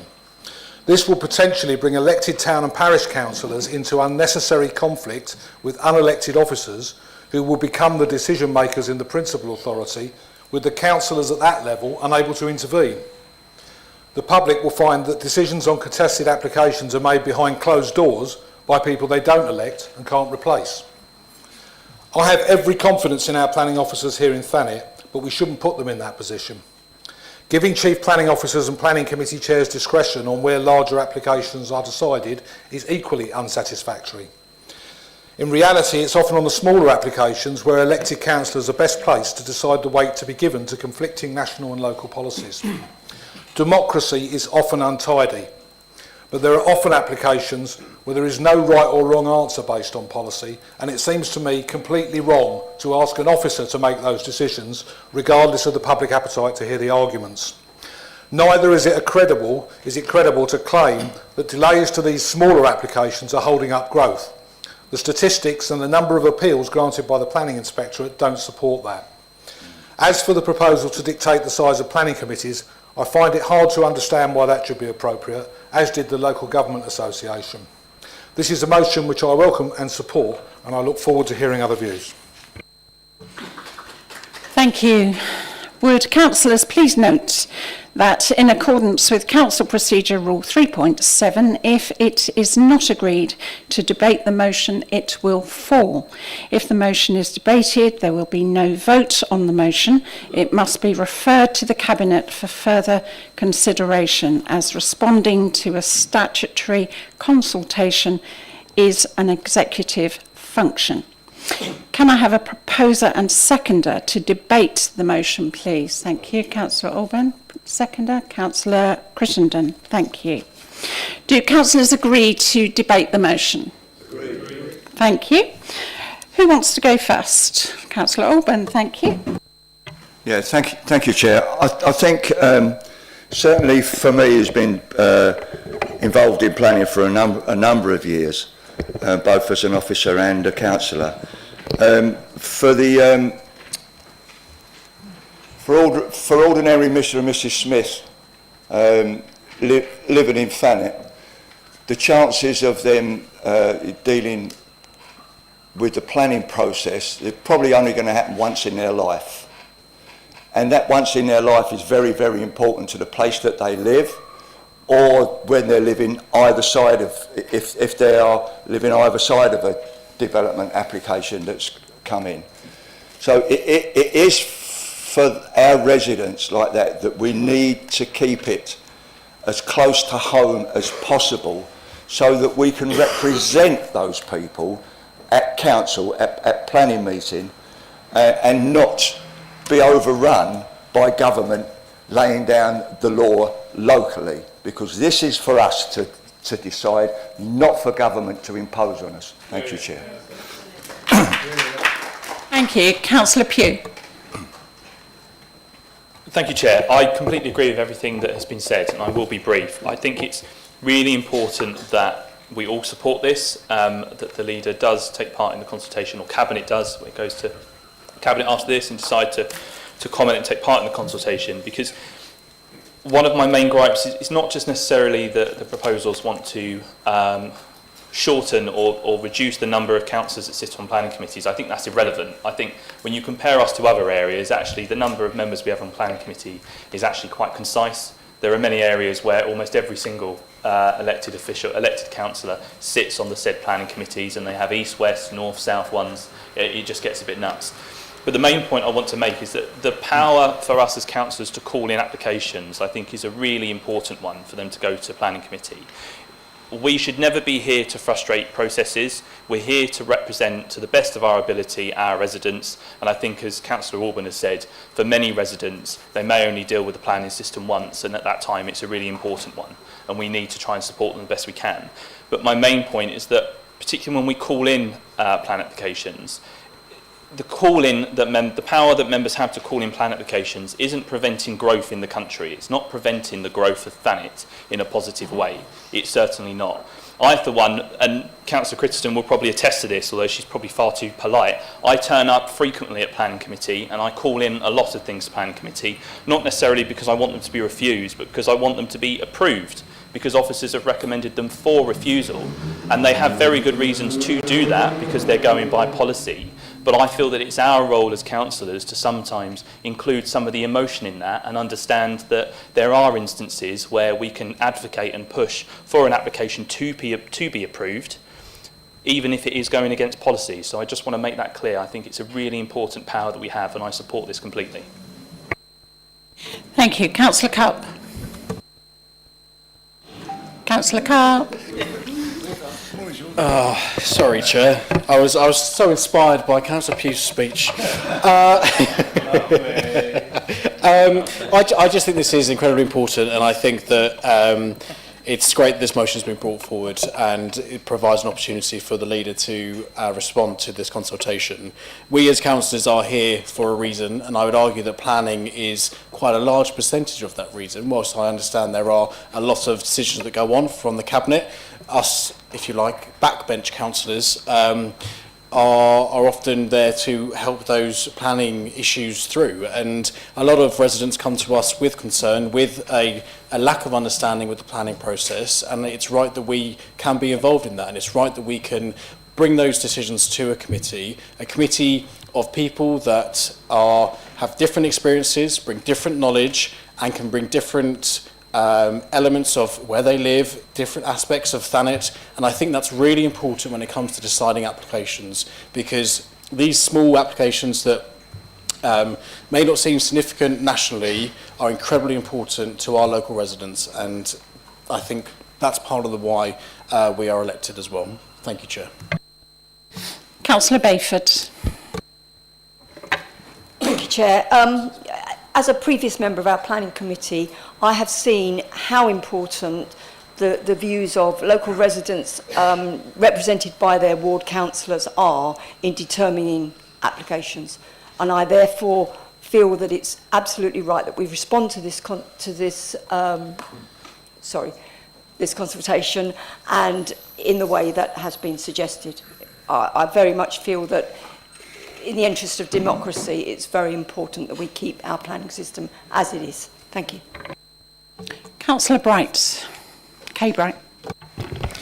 Thank you, Chair. I think the context of why the government are proposing these changes needs to be acknowledged. We do have a national housing shortage in this country, and for too long, too many people have stood in the way of developments up and down the country. People have a right to homes, they have a right to, and we need to develop as a nation, and frankly NIMBYism doesn't align with social justice. However, while I agree with the principle of the government's intent, I can't support the proposed action. Like Councillor Everett, I've got absolute confidence in our excellent planning officers, but removing the ability of elected councillors to call in and make decisions on applications is fundamentally undemocratic. Not just that, as has been mentioned previously, councillors and members are the ones that explain the process. We sit, we listen, we understand the problems that people are facing, and quite often we have very difficult time deciding on things purely from the emotion. I can think of a couple of cases in the last year.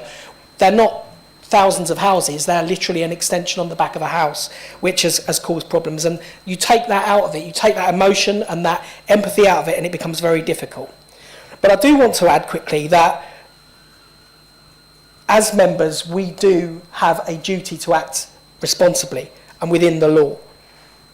When we're making planning applications, we have to consider how it fits in with the national planning framework. We cannot be performative and turn planning applications into political opportunity. We cannot play to the gallery and simply agree with the people who have got the most supporters.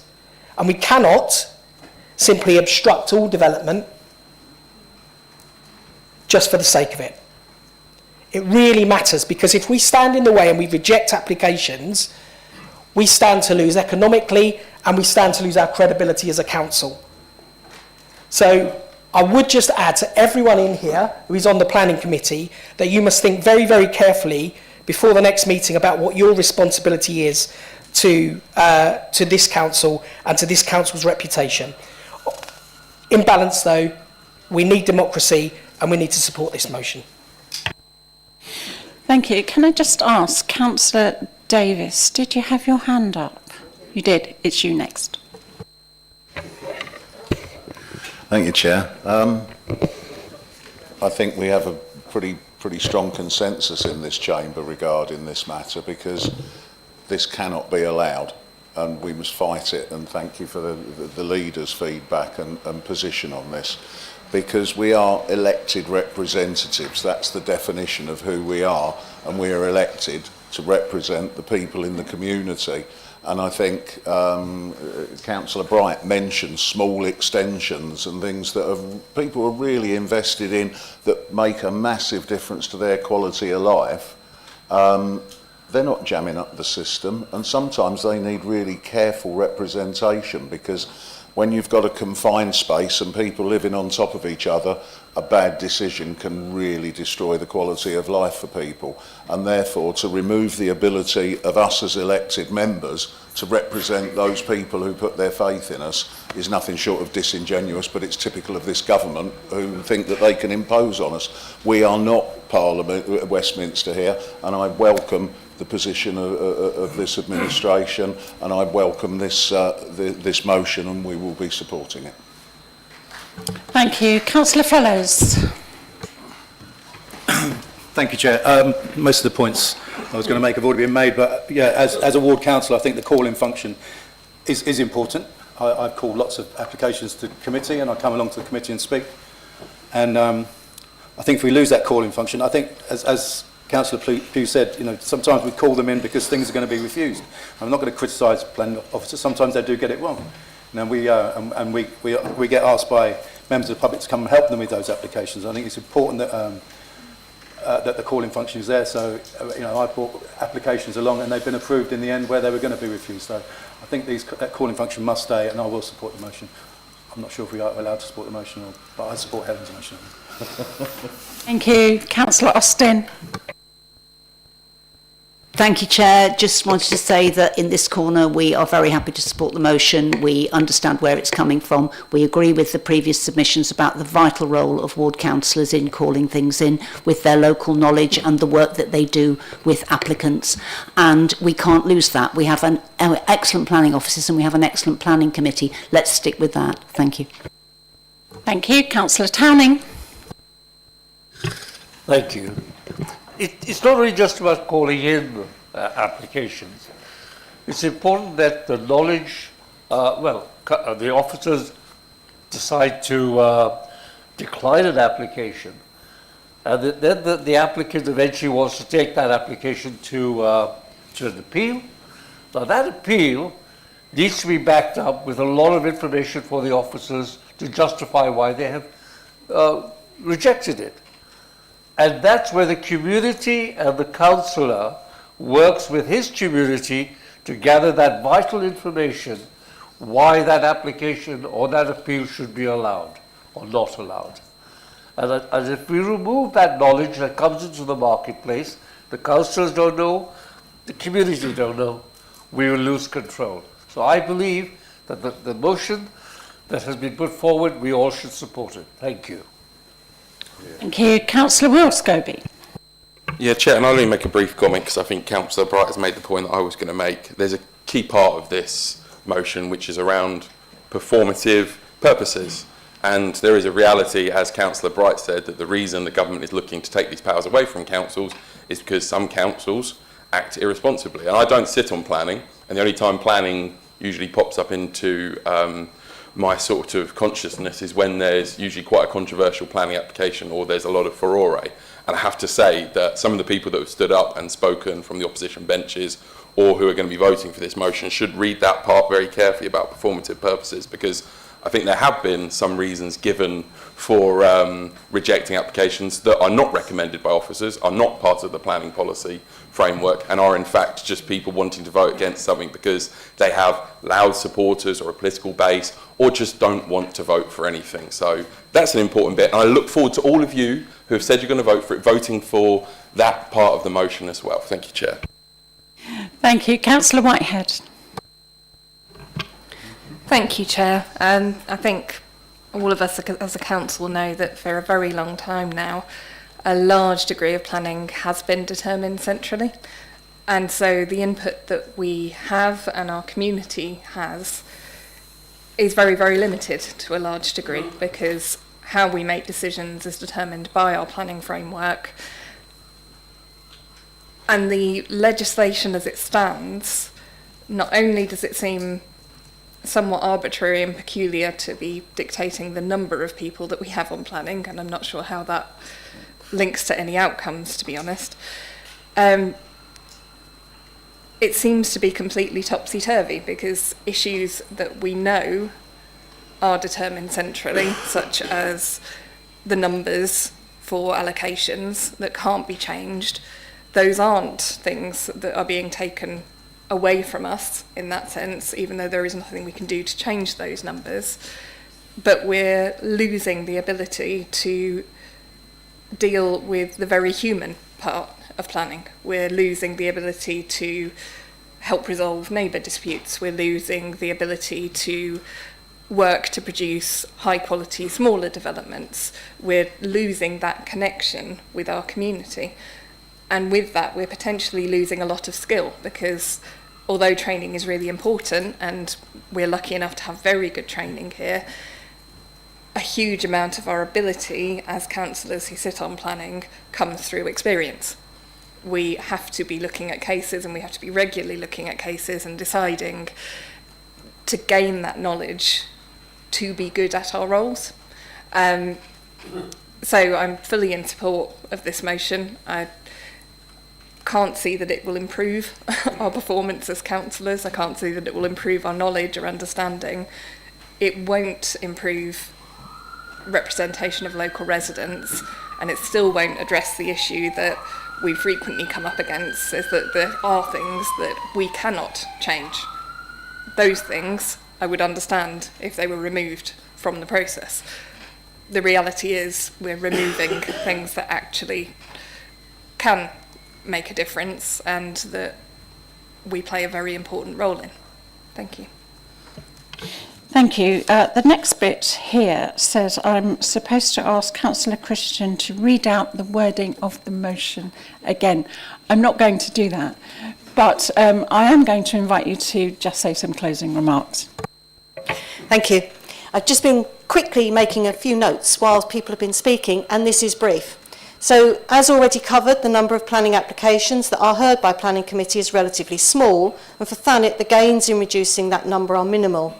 I welcome the comments by all the speakers, and particularly what Councillor White has just said exactly says what I have been thinking. Some of our best work as councillors and Planning Committee is done with the small applications impacting on individuals, and it would be tragic to lose that facility.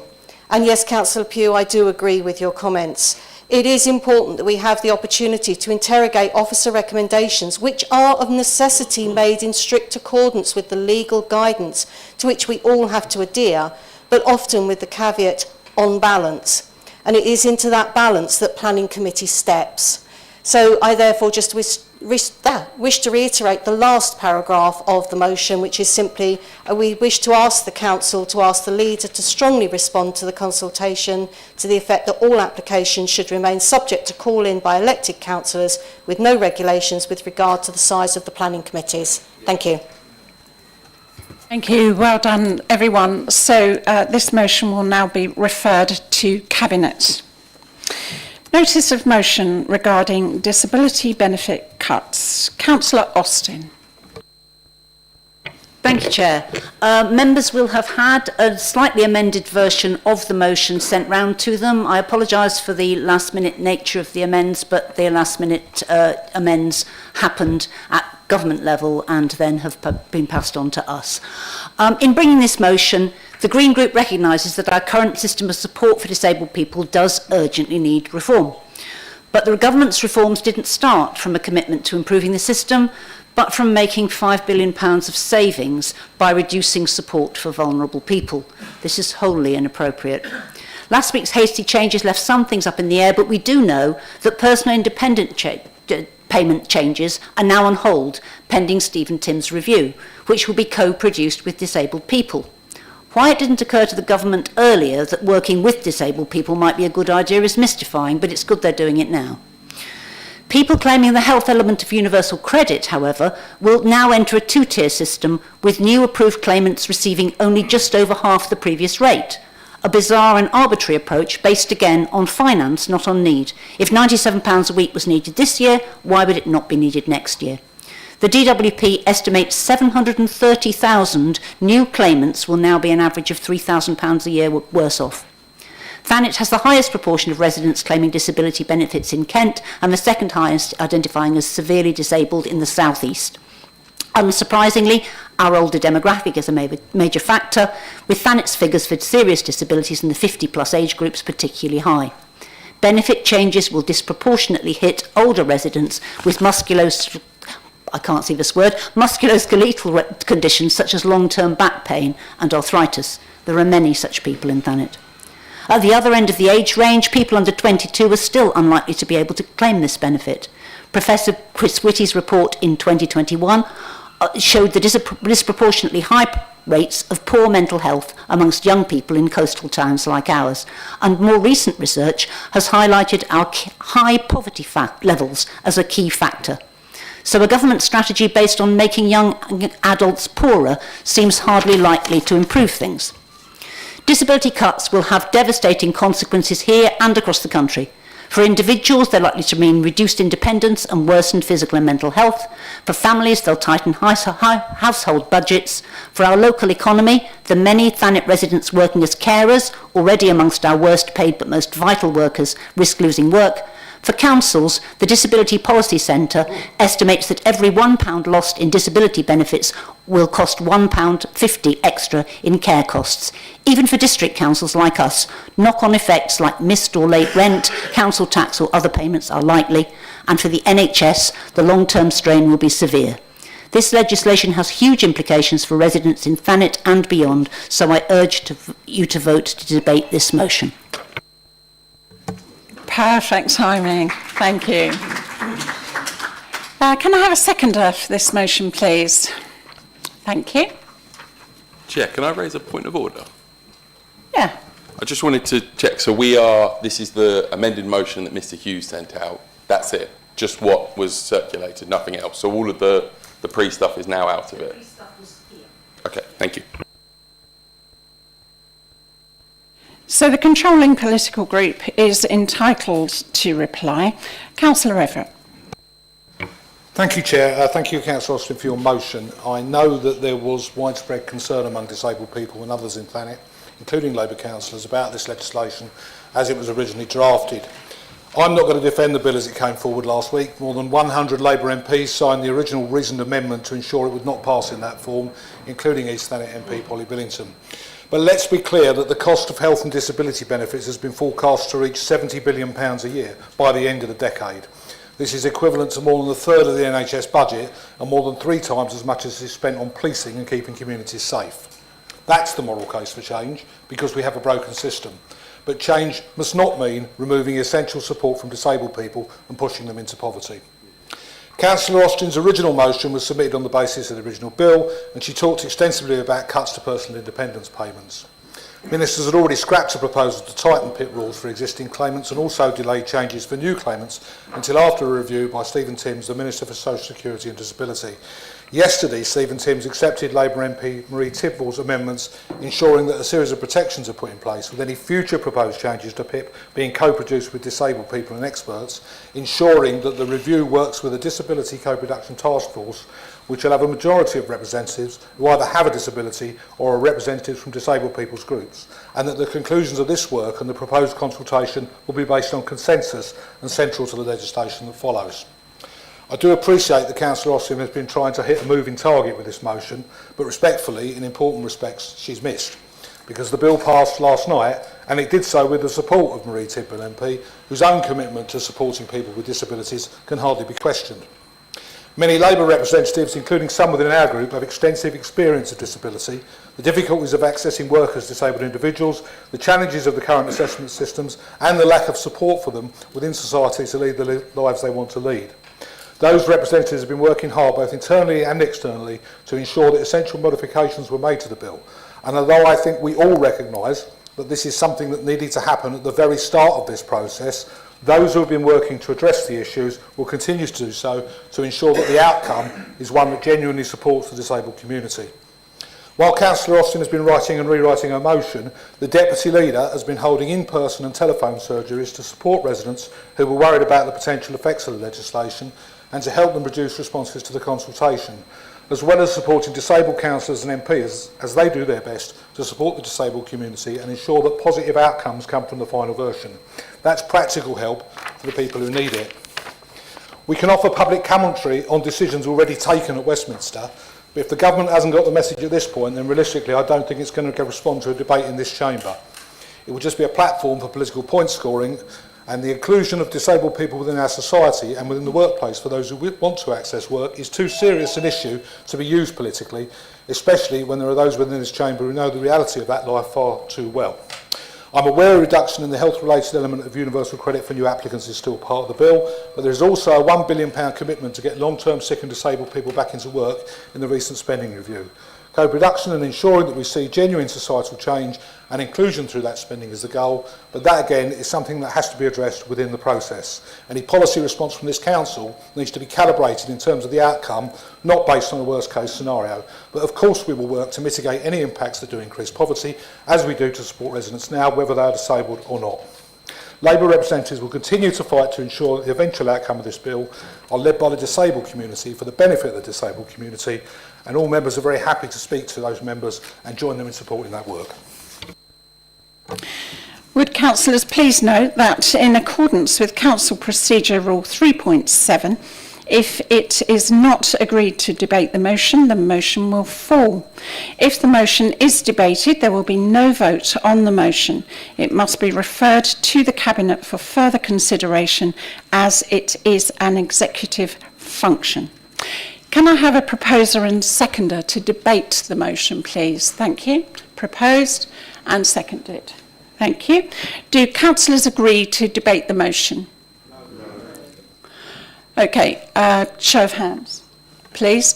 Councillors to debate the motion, please show your hands. To debate the motion.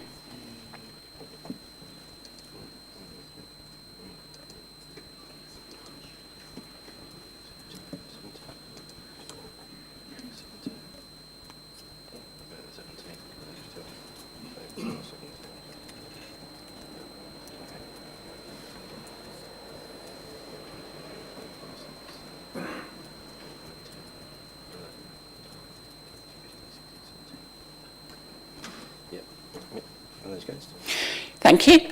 Councillors now agreeing not to debate the motion.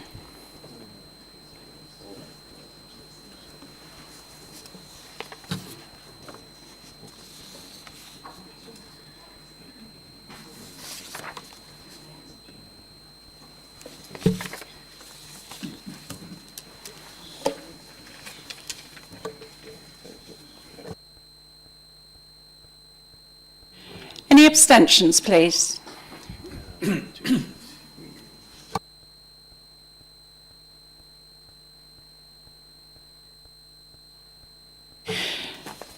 motion is lost. We will not debate the motion. Item number 9, Leader's Report. I call upon the Leader.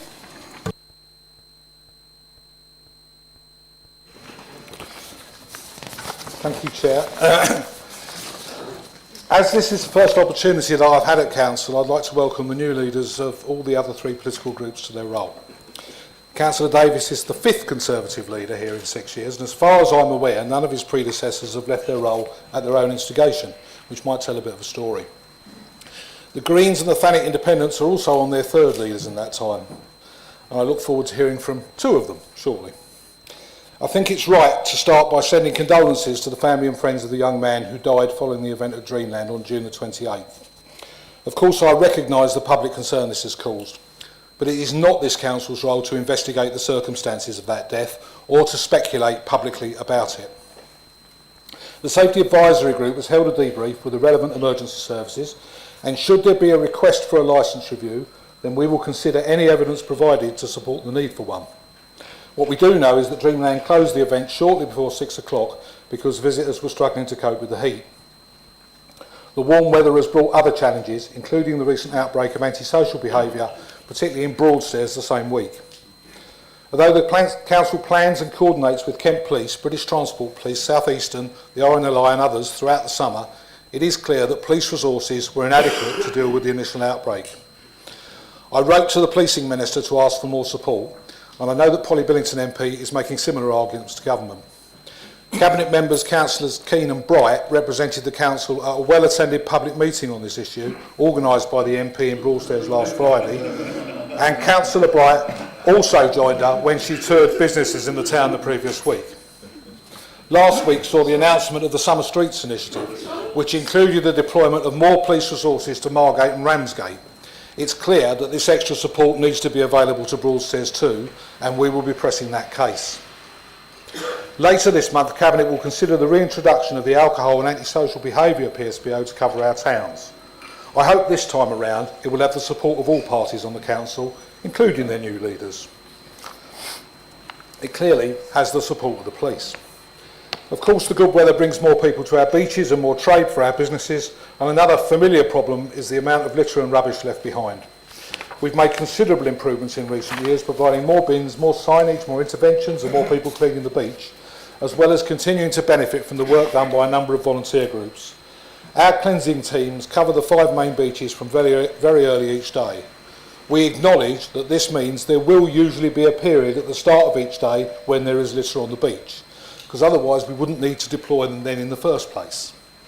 We aim to have the beaches clean by 10 o'clock, and in most places and on most days we will do better than that. While we mostly welcome the good weather, it is also the case that it is becoming more extreme more often. A problem related to this is the very heavy rainfall which led to flooding in a number of places in Thanet on June the 13th, as well as sewage released into the sea. Some of the problems likely arose from blocked drains, as well as the well-documented inadequacies of the sewers, but the main cause is the intensity of the rainfall, which, like heat, is a manifestation of dangerous climate change, as recognised by this Council in 2019. Our commitment then, in a motion introduced by Councillor Yates, was to do what is within our power and resources to make Thanet District Council carbon neutral by 2030. This work is ongoing and has many aspects, as Council is aware, but I'm proud to lead a Labour administration that is this month bringing forward reports which will make a big contribution to our goal. Our vehicle fleet generates about 40% of the Council's own emissions of greenhouse gases. Cabinet will consider a plan to replace diesel with sustainably sourced hydro-treated vegetable oil. We estimate that this will remove 1,320 tonnes of greenhouse gas emissions, about a third of the Council's annual production emissions, at a stroke. We will continue to transition to electric vehicles as they become available to do the job, but the breathing space that this gives us will allow us to save on financing costs, and that in turn makes the project viable within existing budgets. We will aim to transition to electric vehicles.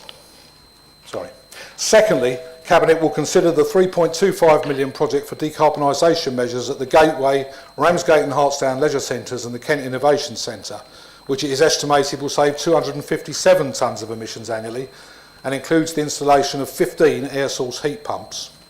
Some £1.4 million of the cost will come from the Council's successful bid to the Government's Public Sector Decarbonisation Fund, with the remaining amount already budgeted.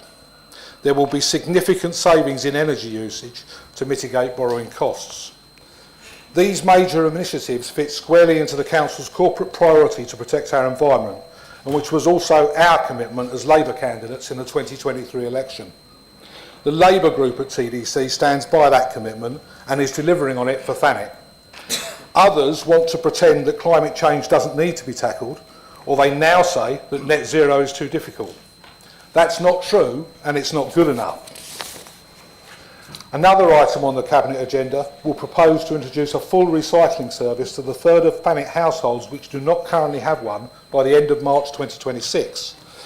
This is a government requirement rather than a choice by the Council, but it is something we would want to do anyway because at 35% the level of recycling in the district is simply too low. Importantly, we are not reducing the number of collections overall, and there will be no change for the 2/3 of households already on a standard collection. But we know this will not be a frictionless process. Many of us will probably be contacted at some point by a resident with queries, which is why it was important we had a councillor briefing about it on Monday, and I was heartened by the positive response from the Labour and Conservative councillors who attended. I want to thank our officers and Cabinet members for the work that has already gone into these 3 important initiatives, all of them delivering positive change for Thanet, and I hope the Council is as enthused about them as I am. Something I'm always enthusiastic about is delivering better outcomes for Thanet residents in temporary accommodation. Last September, before we announced our plans to buy 170 homes in the district for this use, we had 179 out of 318 households in TA living outside Thanet. Earlier this week, Councillor Whitehead shared with me that the number of Thanet households forced to live away from their friends and networks has more than halved to 84, and the total number in temporary accommodation is down to 256. We're halfway to acquiring the 170 properties, with a main driver so far our purchase of housing for affordable rent to provide people in temporary accommodation with long-term homes. This is housing policy making a difference to our residents' lives in a fundamental way, and I'm proud to lead the administration that introduced it, as well as grateful to Councillor Whitehead and the whole housing team for their total commitment to delivering it for residents. We're also making visible improvements. 3 months into the financial year, much of the work required to restore the Madeira Walk waterfall has already been completed. The invasive vegetation has been removed, the Pullamites surveyed, new remote-controlled lighting installed, together with a new water filtration system with a fish-friendly additive which will prevent detergents frothing, and the pools have been lined with a pond-lining paint that is aquatic-friendly. Work has started on replacing the lifts at Royal Harbour Car Park, and a report is coming to Cabinet proposing to tender a £750,000 contract for external and internal redecoration of the car park, including the internal refurbishment of the stairways. On Saturday, I visited the first teenage market in the town, which is another great initiative, and further teenage markets are planned in Margate and Broadstairs later this year. A day earlier, I and the rest of the Regeneration Partnership Board had the opportunity to visit the former garage in Harold Road, Cliftonville, which is now the base for the Margate Creative Land Trust, and see the huge opportunity there to nurture our creative sector. I'd like to thank them for that opportunity, and also for providing a new home for People Dem Collective, who we also heard from on Friday, and both organisations were full of positivity. The months ahead will see rapid and obvious progress in delivering many of our regeneration projects across Margate and Ramsgate. A full update is coming to Cabinet, but of course I must mention here the reallocation of funds from the Port Infrastructure project. Naturally, I'm disappointed that we can't proceed with it using the existing funding, but it does give us an opportunity to add value to other projects, including the Green Campus at the Port and the Clock House. The issue of investment needed in the Port Tunnel was highlighted in the Port Infrastructure report, and I'd already written to the new KCC leader, Lyndon Kemp-Carron, stressing the need for it, before a vehicle crashed in the tunnel, causing it to be closed. This has led to significant disruption in Ramsgate due to the need for vehicles, including lorries, to be diverted along Military Road, which, as we know, is a busy area for business and leisure. We are pressing KCC to get the tunnel open as soon as possible, and whatever the future of the port, it must remain the principal access route to that part of Ramsgate. Finally, I can confirm from a briefing today that it remains the Government's intention to implement local government reorganisation in Kent in 2028, which means that the shadow unitaries will be elected in 2027 and the current council will continue until March 31st, 2028. The 14 Kent councils have commissioned a communications programme to increase public awareness. We will be proactive in engaging within Thanet, and we will share information with councillors when there's more to say. The end may be almost nigh, but as this report sets out, the work of Thanet District Council is far from finished, and we remain focused on that. Thank you. Councillor Davis, would you like to comment on or ask questions in relation to the Leader's reports? I would love to, Chair, and thank you very much. And I'd like to thank the Leader for that fairly comprehensive report. Obviously, we have not seen great sight of it, so you'll understand where I'll address it item by item.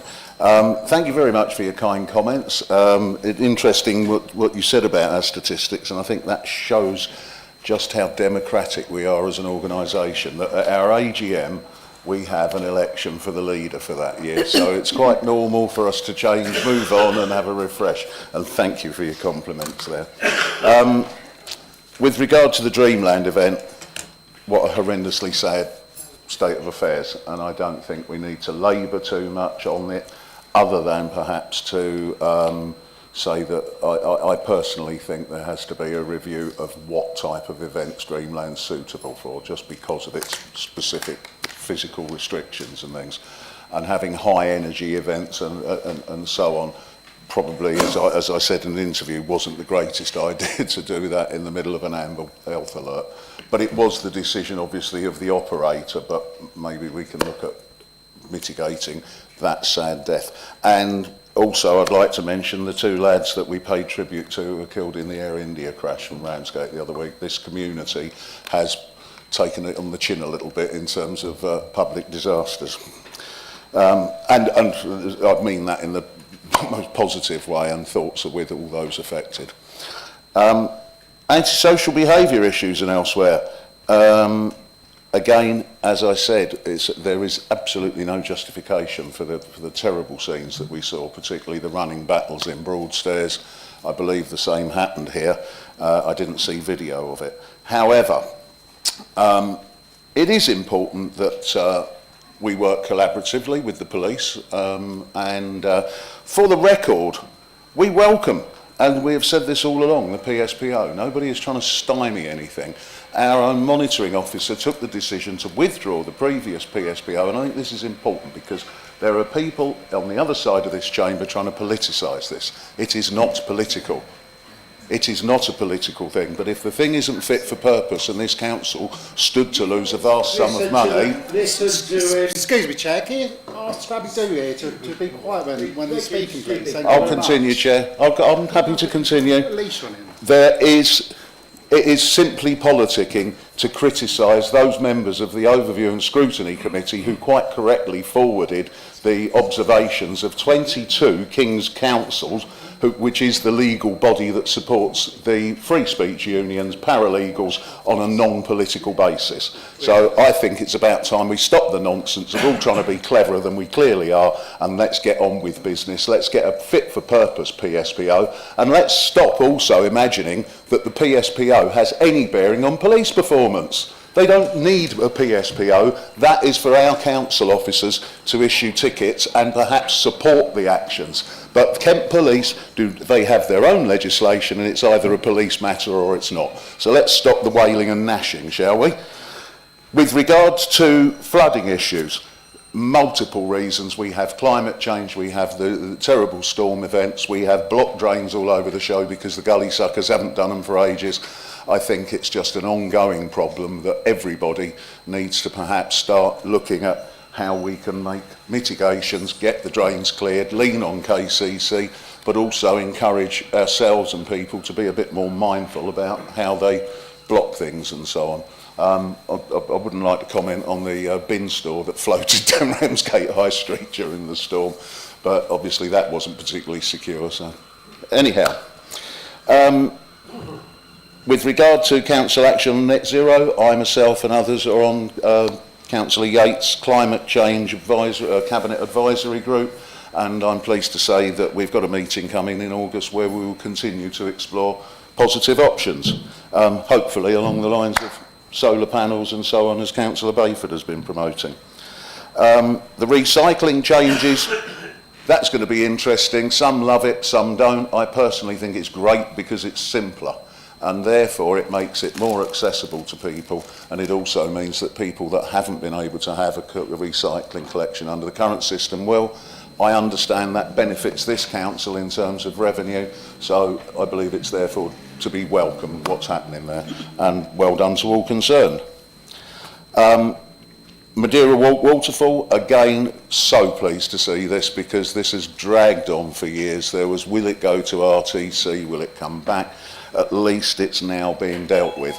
And I'm pleased to hear that there's a product to stop bubbles. If I may just very quickly finish, Chair, Port and Port Tunnel.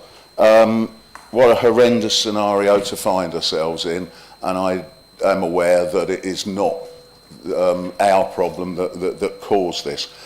Also, we were misled, I believe, in that KCC originally said they would open it as soon as possible. They now want to do their refurbishment. We have to find a solution to that because, as all my colleagues over there will agree, the amount of heavy traffic that's going to be going along Military Road, which has just had sleeping policemen installed, so all of those heavy lorries are now shaking and banging and putting the facades at risk and the arch basements. This is actually a really serious position, and I think I'd like to request that we put together a working group to perhaps address it and look at how we can put pressure on KCC. And again, on local government reform, I believe we have more or less consensus across this chamber for once. What we must do is ensure that those who think that they're something to do with KCC, even though they're supposed to be in Clacton, aren't able to vexatiously delay the process and stop us all delivering what's right for the people. And on that, I look forward to us working collaboratively. Thank you, Chair. Thank you. Thank you, Councillor Davis. Just as a very gentle point, please don't shout at the chair. You can gently shout at each other, but please don't shout across at the chair. It's My just apologies, that's my boomy voice. No, it wasn't you. Oh. No, it wasn't you. It was somebody in your front row. Oh, right. But there you are, just a gentle reminder. The leader to respond. Yeah, firstly, I'd associate myself with the comments that the Councillor Davis made about the unfortunate victims of the Air India crash. That was terribly sad, and we were obviously all very upset when we realised that a couple of those people were from Ramsgate, but for all the people involved. And the issue of the port tunnel, although they're talking about doing maintenance work, they're not actually talking about doing the work that's needed to make it fit for purpose in the future. They're talking about very minor other things, as far as I understand it. So we will continue to, things like replacing cat's eyes in the tunnels, it's been suggested to me. So we will continue to press them because, although it's not our responsibility, it has a huge impact on our community. In respect of local government reorganisation, I can assure him that the other 13 councils are not going to take instructions from the leadership of Kent County Council. Kent County Council have no more say in this than any of the other 13 councils in Kent, and Kent County councillors going around saying that it's not going to happen should be ignored because they don't know what they're talking about. And on the subject of people who don't know what they're talking about, I really think it's outrageous for Councillor Davis to think that he knows more about the policing of Thanet and he knows more about the operational requirements of the police than Chief Inspector Ian Swallow. It's an absolutely scandalous claim, and I'm afraid it undermines his credibility as a leader of his group. Councillor Austin, would you like to ask questions or comment on? You're on your feet, I'm guessing you do. Thank you very much, Chair, and thank you, Leader, for your report, an early sight of the rich pick and mix of topics that you might have spoken about, which offered us an entertaining Russian roulette game of topics on which we might prepare responses. I'm honoured to speak as the new leader of the Green and Independent Group. We managed to change our leader once in the last council term, then came COVID, and thereafter Councillor Garner was doing such a good job that we were all quite content to let him carry on.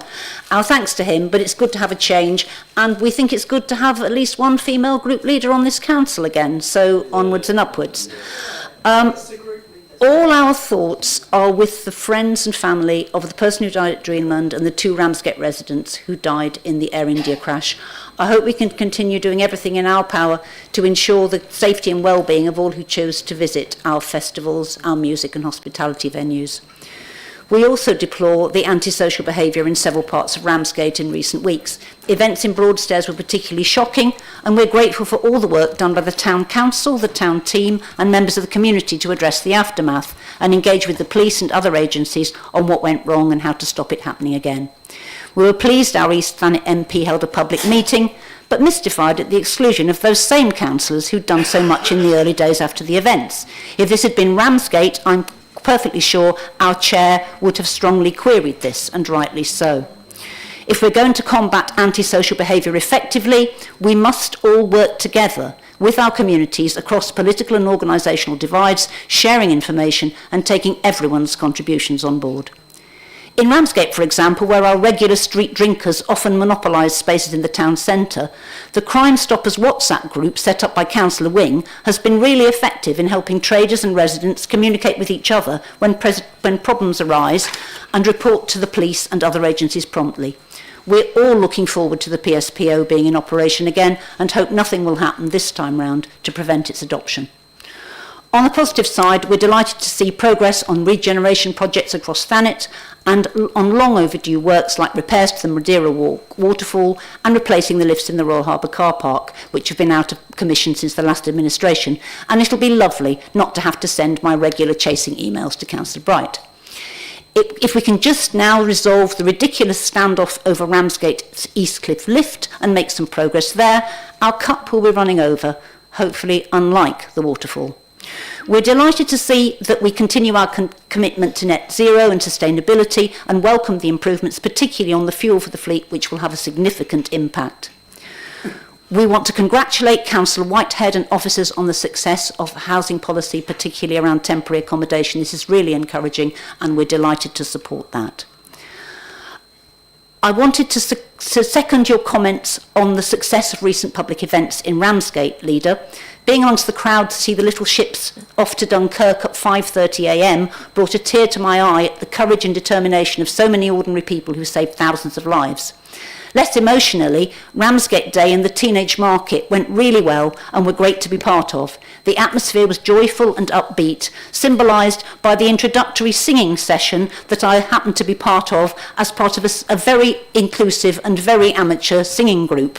Part of my fun came from watching Councillor Crittenden wince every time we tried to hit a high note. Our thanks to the officers and everyone else who worked on the Teenage Market. I do hope we can support these young entrepreneurs further in future.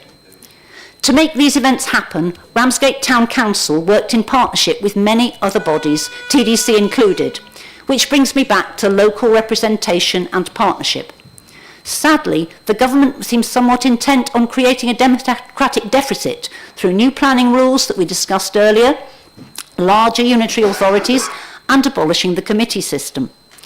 But in your report, we've seen examples of how well local representation actually works, which is why we need a town council in Margate, and why Miss Billington's offices would be wise to engage councillors and residents in any future meetings.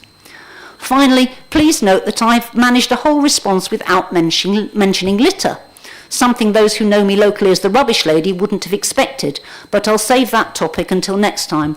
We greatly welcome the recycling improvements, which we were extremely familiar with already from our existing work with the waste and recycling team, and we look forward to seeing the impact of those in our own areas. Thank you. Thank you. Leader, would you like to respond? Yeah, Councillor Austin, I don't think of you as the rubbish lady. I wouldn't be so rude. It's a terrible idea.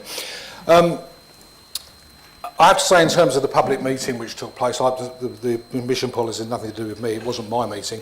But I was quite amused by the fact that I saw one correspondent on the story on the Isle of Thanet News who compared Mike Garner not being allowed into Andy Burnham not being allowed into a meeting in Manchester. I mean, I hope that Councillor Garner doesn't need me to explain to him that Andy Burnham is an elected mayor with authority and powers, and Councillor Garner, with due respect to him, is a civic mayor who has no authority and no powers and is not supposed to act politically as mayor. That isn't the role. That's not to denigrate what he does or his role as a district councillor or as a town councillor, but as mayor, that is not his job. I do want to say something about Ramsgate Town Council, and Councillor Austin reminds me quite rightly that I should talk about the success of the Little Ships event. There was rather a lot to get into the leader's report, and I tried to focus on things that happened more recently, but I was down there for the big event that took in the town centre, and I did say to the town clerk, I thought it was a tremendous effort on the part of Ramsgate Town Council. I know officers here gave support and backup to RTC, but I know that RTC and their officers and staff did a really good job. I thought they did the town proud, and they should be congratulated. And Margate Town Council, bring it on. Thank you. On to item 10, annual report of the chair of the overview and scrutiny panel. Over to you, Councillor Fellows. Thank you, Chair. Normally when it gets to me it's nearly home time, but we've still got quite a way to go. My full report has been circulated to members in this evening's meeting agenda pack. As usual, it's been a busy time for overview and scrutiny with some long agendas, and I'd like to give thanks to members of scrutiny who have continued to meet regularly, and I give thanks to officers who support us. We've recently had a scrutiny review progress through Cabinet that was looking at youth provision in Thanet, led excellently by Joanne Bright, and we look forward to seeing recommendations from that review coming to fruition in due course. We now have a new scrutiny review underway, led by David Green, looking at the effects of the cost of living crisis on our residents. That's currently in its early stages, and we'll hear about that soon. We meet again next Tuesday, once again with a packed agenda. Everyone is welcome to come along and speak on any agenda item. As we've heard, the bigger item this month will be the PSPO, and we'll look to get that progressed smoothly onto Cabinet. Happy to take comments. Thank you. Thank you. Do councillors have any comments? Thank you very much. Compulsory data protection and cyber security training. I call upon Councillor Yates. Thank you, Chair.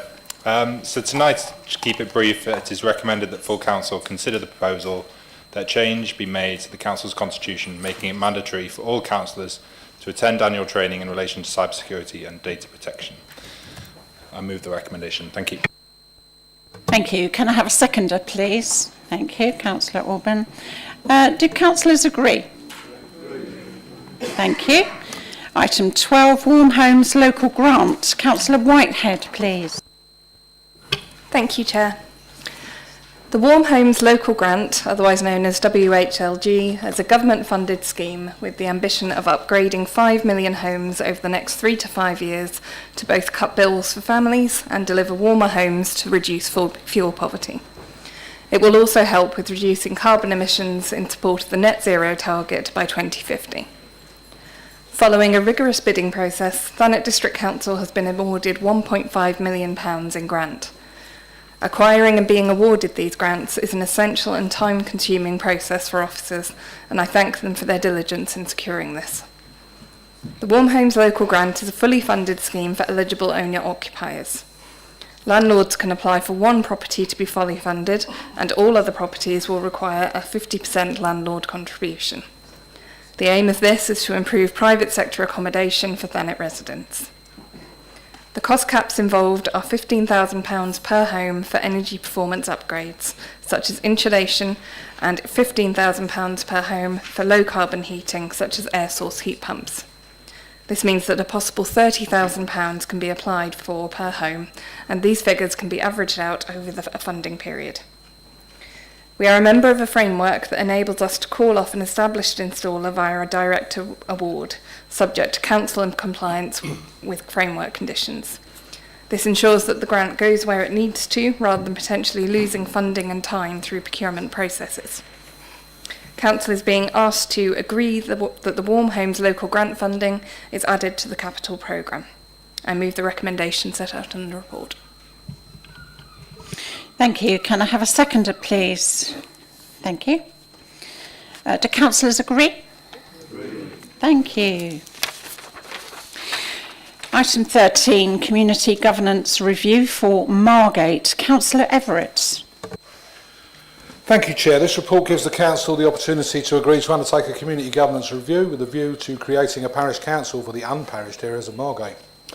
Undertaking such a review is a key project within the Working Efficiently for You priority of the Council's 2024 to 28 corporate plan. A community governance review is the legal process whereby the Council will consult with those residing in the area and other interested parties on the most suitable ways of representing the people in the area identified in the review.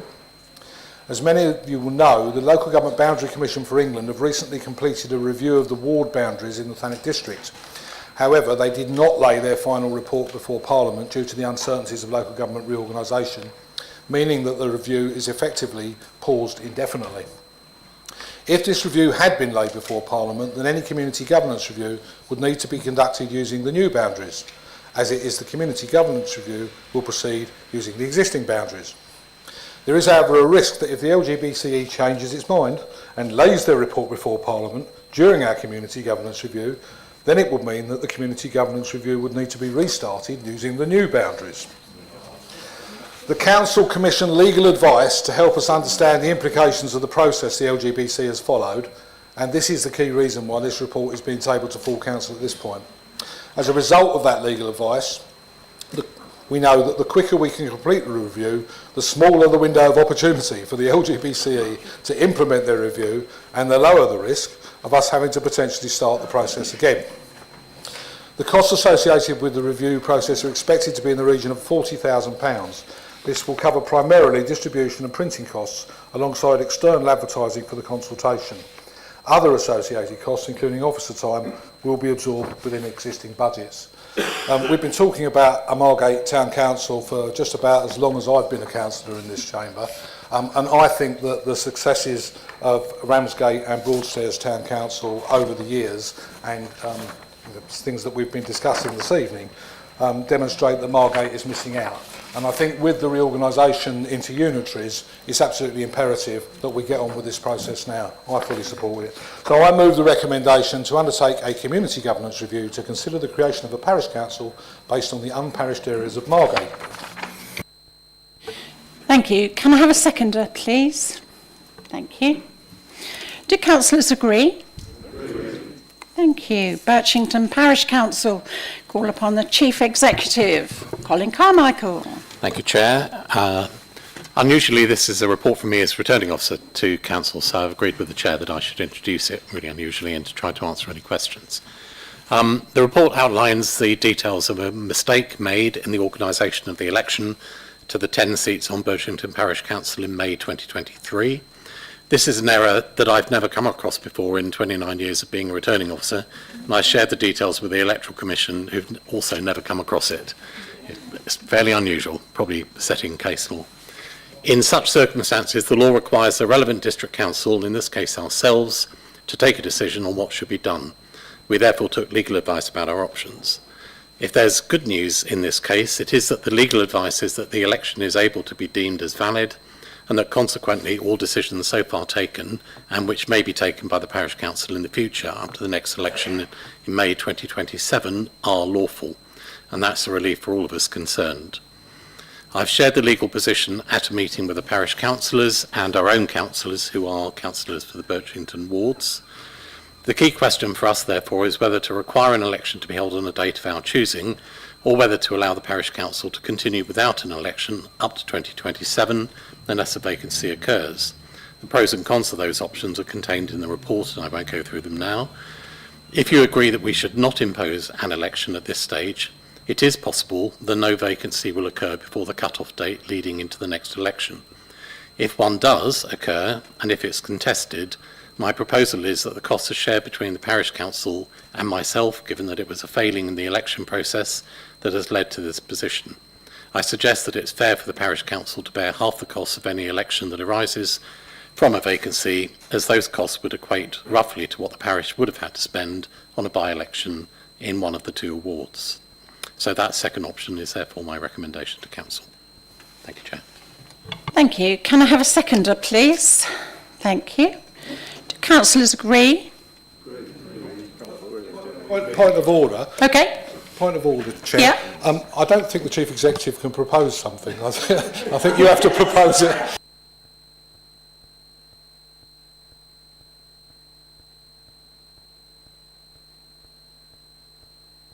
Sorry, carried away then.